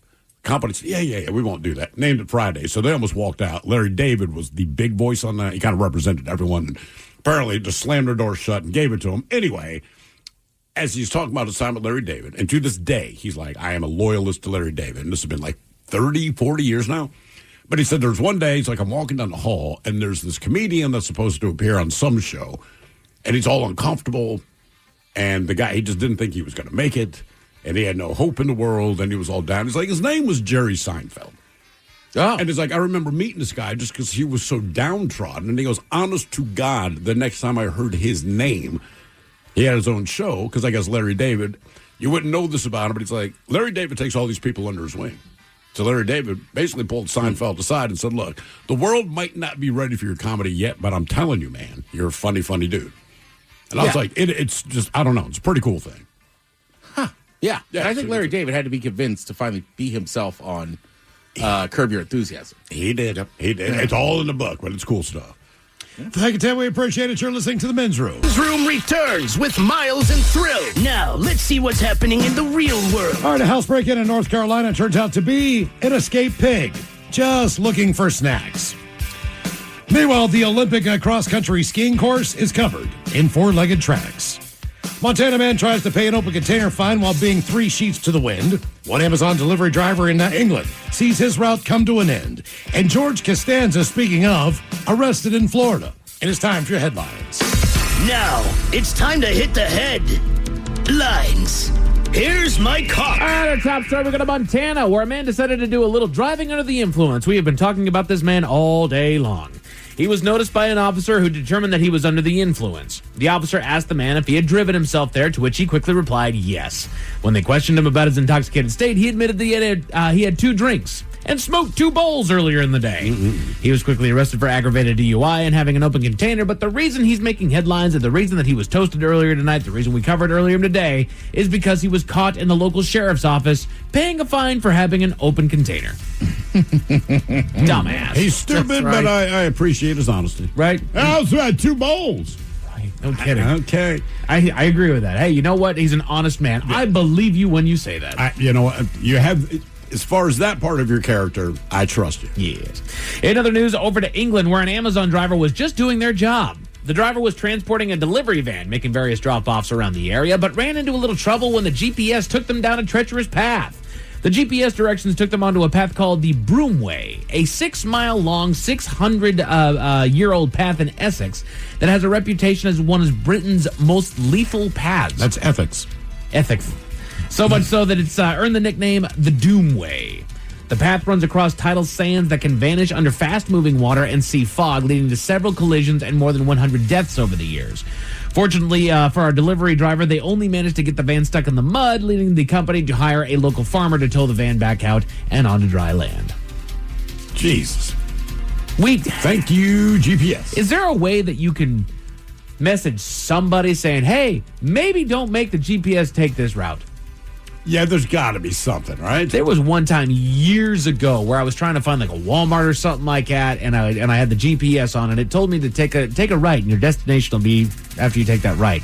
It was down a freaking alleyway, and I didn't see no Walmart anywhere. I was like, what kind of back alley operation are you trying to get me to? And then we're going to mug you. Yeah, exactly. Like, who are you working for? That's the craziest one to me. Generally, I'm pretty trusting of the GPS, but every once in a while, it takes you on something, and you're just like, dude, that's an alley. Like, I'm not driving through there. Right, this cannot be right. And it's also not always right on the way to take. We're on the fastest route right here. No, I can take 71. Like, we got this. No. This is the fastest way. And as soon as I move, rerouting. Oh, yeah, this is a quicker way. Doggone it, man. To Florida, where one man decided to make... I've been on the other side, too. Like, going down 5 to, like, and it's like, you should probably get off. And I'm like, why would I get off here? And then, like, you pass that exit, it's just like, it is stopped and down to 1 lane for the next 10 miles. Like, oh, damn. But tell us that in advance. Sometimes it will. There's an accident ahead. There's an alternate route here that's going to save you 5 minutes, something like that. Yeah, what do we hear today? Speed camera ahead. Oh. Are you telling us that just because there's a speed camera, or are you looking at our speed? Yeah, right. Like, hey, you need to know this. I know, Well, man. that's what Waze is good about. Yeah. Oh, sure. Yeah. Right? Tells you where everything is. And at the end of the day, the goal is to slow down. Correct. Right. Yes, it is. Not gonna. To Florida, where one man decided to make things a little harder on himself. He was arrested toward the end of last year on a trespassing charge and made the mistake of failing to appear in court to answer for his crime, prompting the judge to order his arrest. Officers eventually tracked the man down during the patrol and moved in to arrest him, but things got a little hung up when they asked him to identify himself. Instead of giving his real name to the officers, he identified himself as, you guessed it, George Costanza. Not easily fooled, the officers used facial recognition to positively identify him, and he was arrested. Jesus. Why? Look, man, I mean, I know he was lying, but I've told you, I knew a guy, his name was Ben Franklin. Yep. And he was the bouncer at a bar. A fight broke out. The cops show up. Then I realize he's the bouncer, so they're just grabbing people, taking names. And they ask him, what's your name? And I mean, he's already resigned, like, it's Ben Franklin. Not asking to get smart guy. And they take his ass downtown. He was back in like an hour and a half. Sure. He just didn't have ID. Oddly enough, and I've told that story before, Miles, I think I showed you the articles about a year ago. They were talking about a certain section of Baltimore. And he was quoted. They're like longtime bartender and bouncer at the Mount Royal Tavern, Ben Franklin. And I'm like, there he is. There he is. Still doing the exact job. This has to be like 35 years. He's still there. He's good at it, man. Yeah, he was. Damn. He was. Ben Franklin. Authorities in Rutherford County, North Carolina, posted to social media the details of a recent arrest involving an intruder. They'd received a call about an unwanted individual inside of a local home, a pig that managed to escape its enclosure and had broken into a nearby dwelling. Her name is Gladys. Apparently, it caught the scent of a delicious snack inside and moved in to investigate. Officers were able to quickly round up the swine and track down the owner of with minimal issue. But that didn't stop them from having a little bit of fun on social media regarding the odd incident, arresting the pig for, quote, bacon and entering. Hey-o. Look out. Sounds like they're really hamming it up. Yeah. Someone fart. No? Okay. It's your upper lip. I think you're right. But just in case that left a bad taste in your mouth. Thankfully, there's good news. As the Olympics are winding down, there's another fun story coming out of Italy. During the qualifying rounds of the women's cross-country team sprint, one of the competitors was photographed crossing the finish line, but she wasn't alone. Lurking close behind as she made her way through the finish was a Czech wolfhound that had found its way onto the track. Oh, yeah. Of course, as with any sports crowd, as the dog crossed the finish line, it was met with a sea of cheers from the audience. Unfortunately, the 2-year-old pup was not a registered competitor, and he was not able to qualify for the race itself. I said the same thing to Ted. I was like, that thing looks like a wolf. I would just assume I'm being chased by a wolf till I saw the collar. Right. I said the exact same thing when I saw it. Like, that's a wolf. That's a wild-ass animal. I know. Even then, I think it's a wolf with a collar. Right. Yeah, it is. Well, that's right. It's a wolf dog. Right. Yeah. Speaking of the men's room sports, it was announced today from the estate of Paul G. Allen that it has commenced a formal sale process for your Seattle Seahawks NFL franchise, consistent with Allen's directive to eventually sell his sports holdings. The sale process is estimated to continue throughout the offseason, and the NFL owners must then ratify a final purchase agreement. We will keep you up to date on this process as it continues. I thought she wasn't going to do it. Oh, no, she's going to do it, man. A lot of money. I Well, think she enjoyed ESPN her said time. it, and then they released a statement saying they weren't. Right. I think they just wanted to release it on their own. But I'm with you. I was like, oh, maybe they're not. Maybe she's not, because she could pay a fine. Right. For what I've understood and keep owning it. Okay. I just want an owner that's not going to meddle in the goddamn football business. Correct. You know what? So they were both good about that. I'm glad that we got a Super Bowl under our belt, that we got that out of the way. Okay, let's reset it.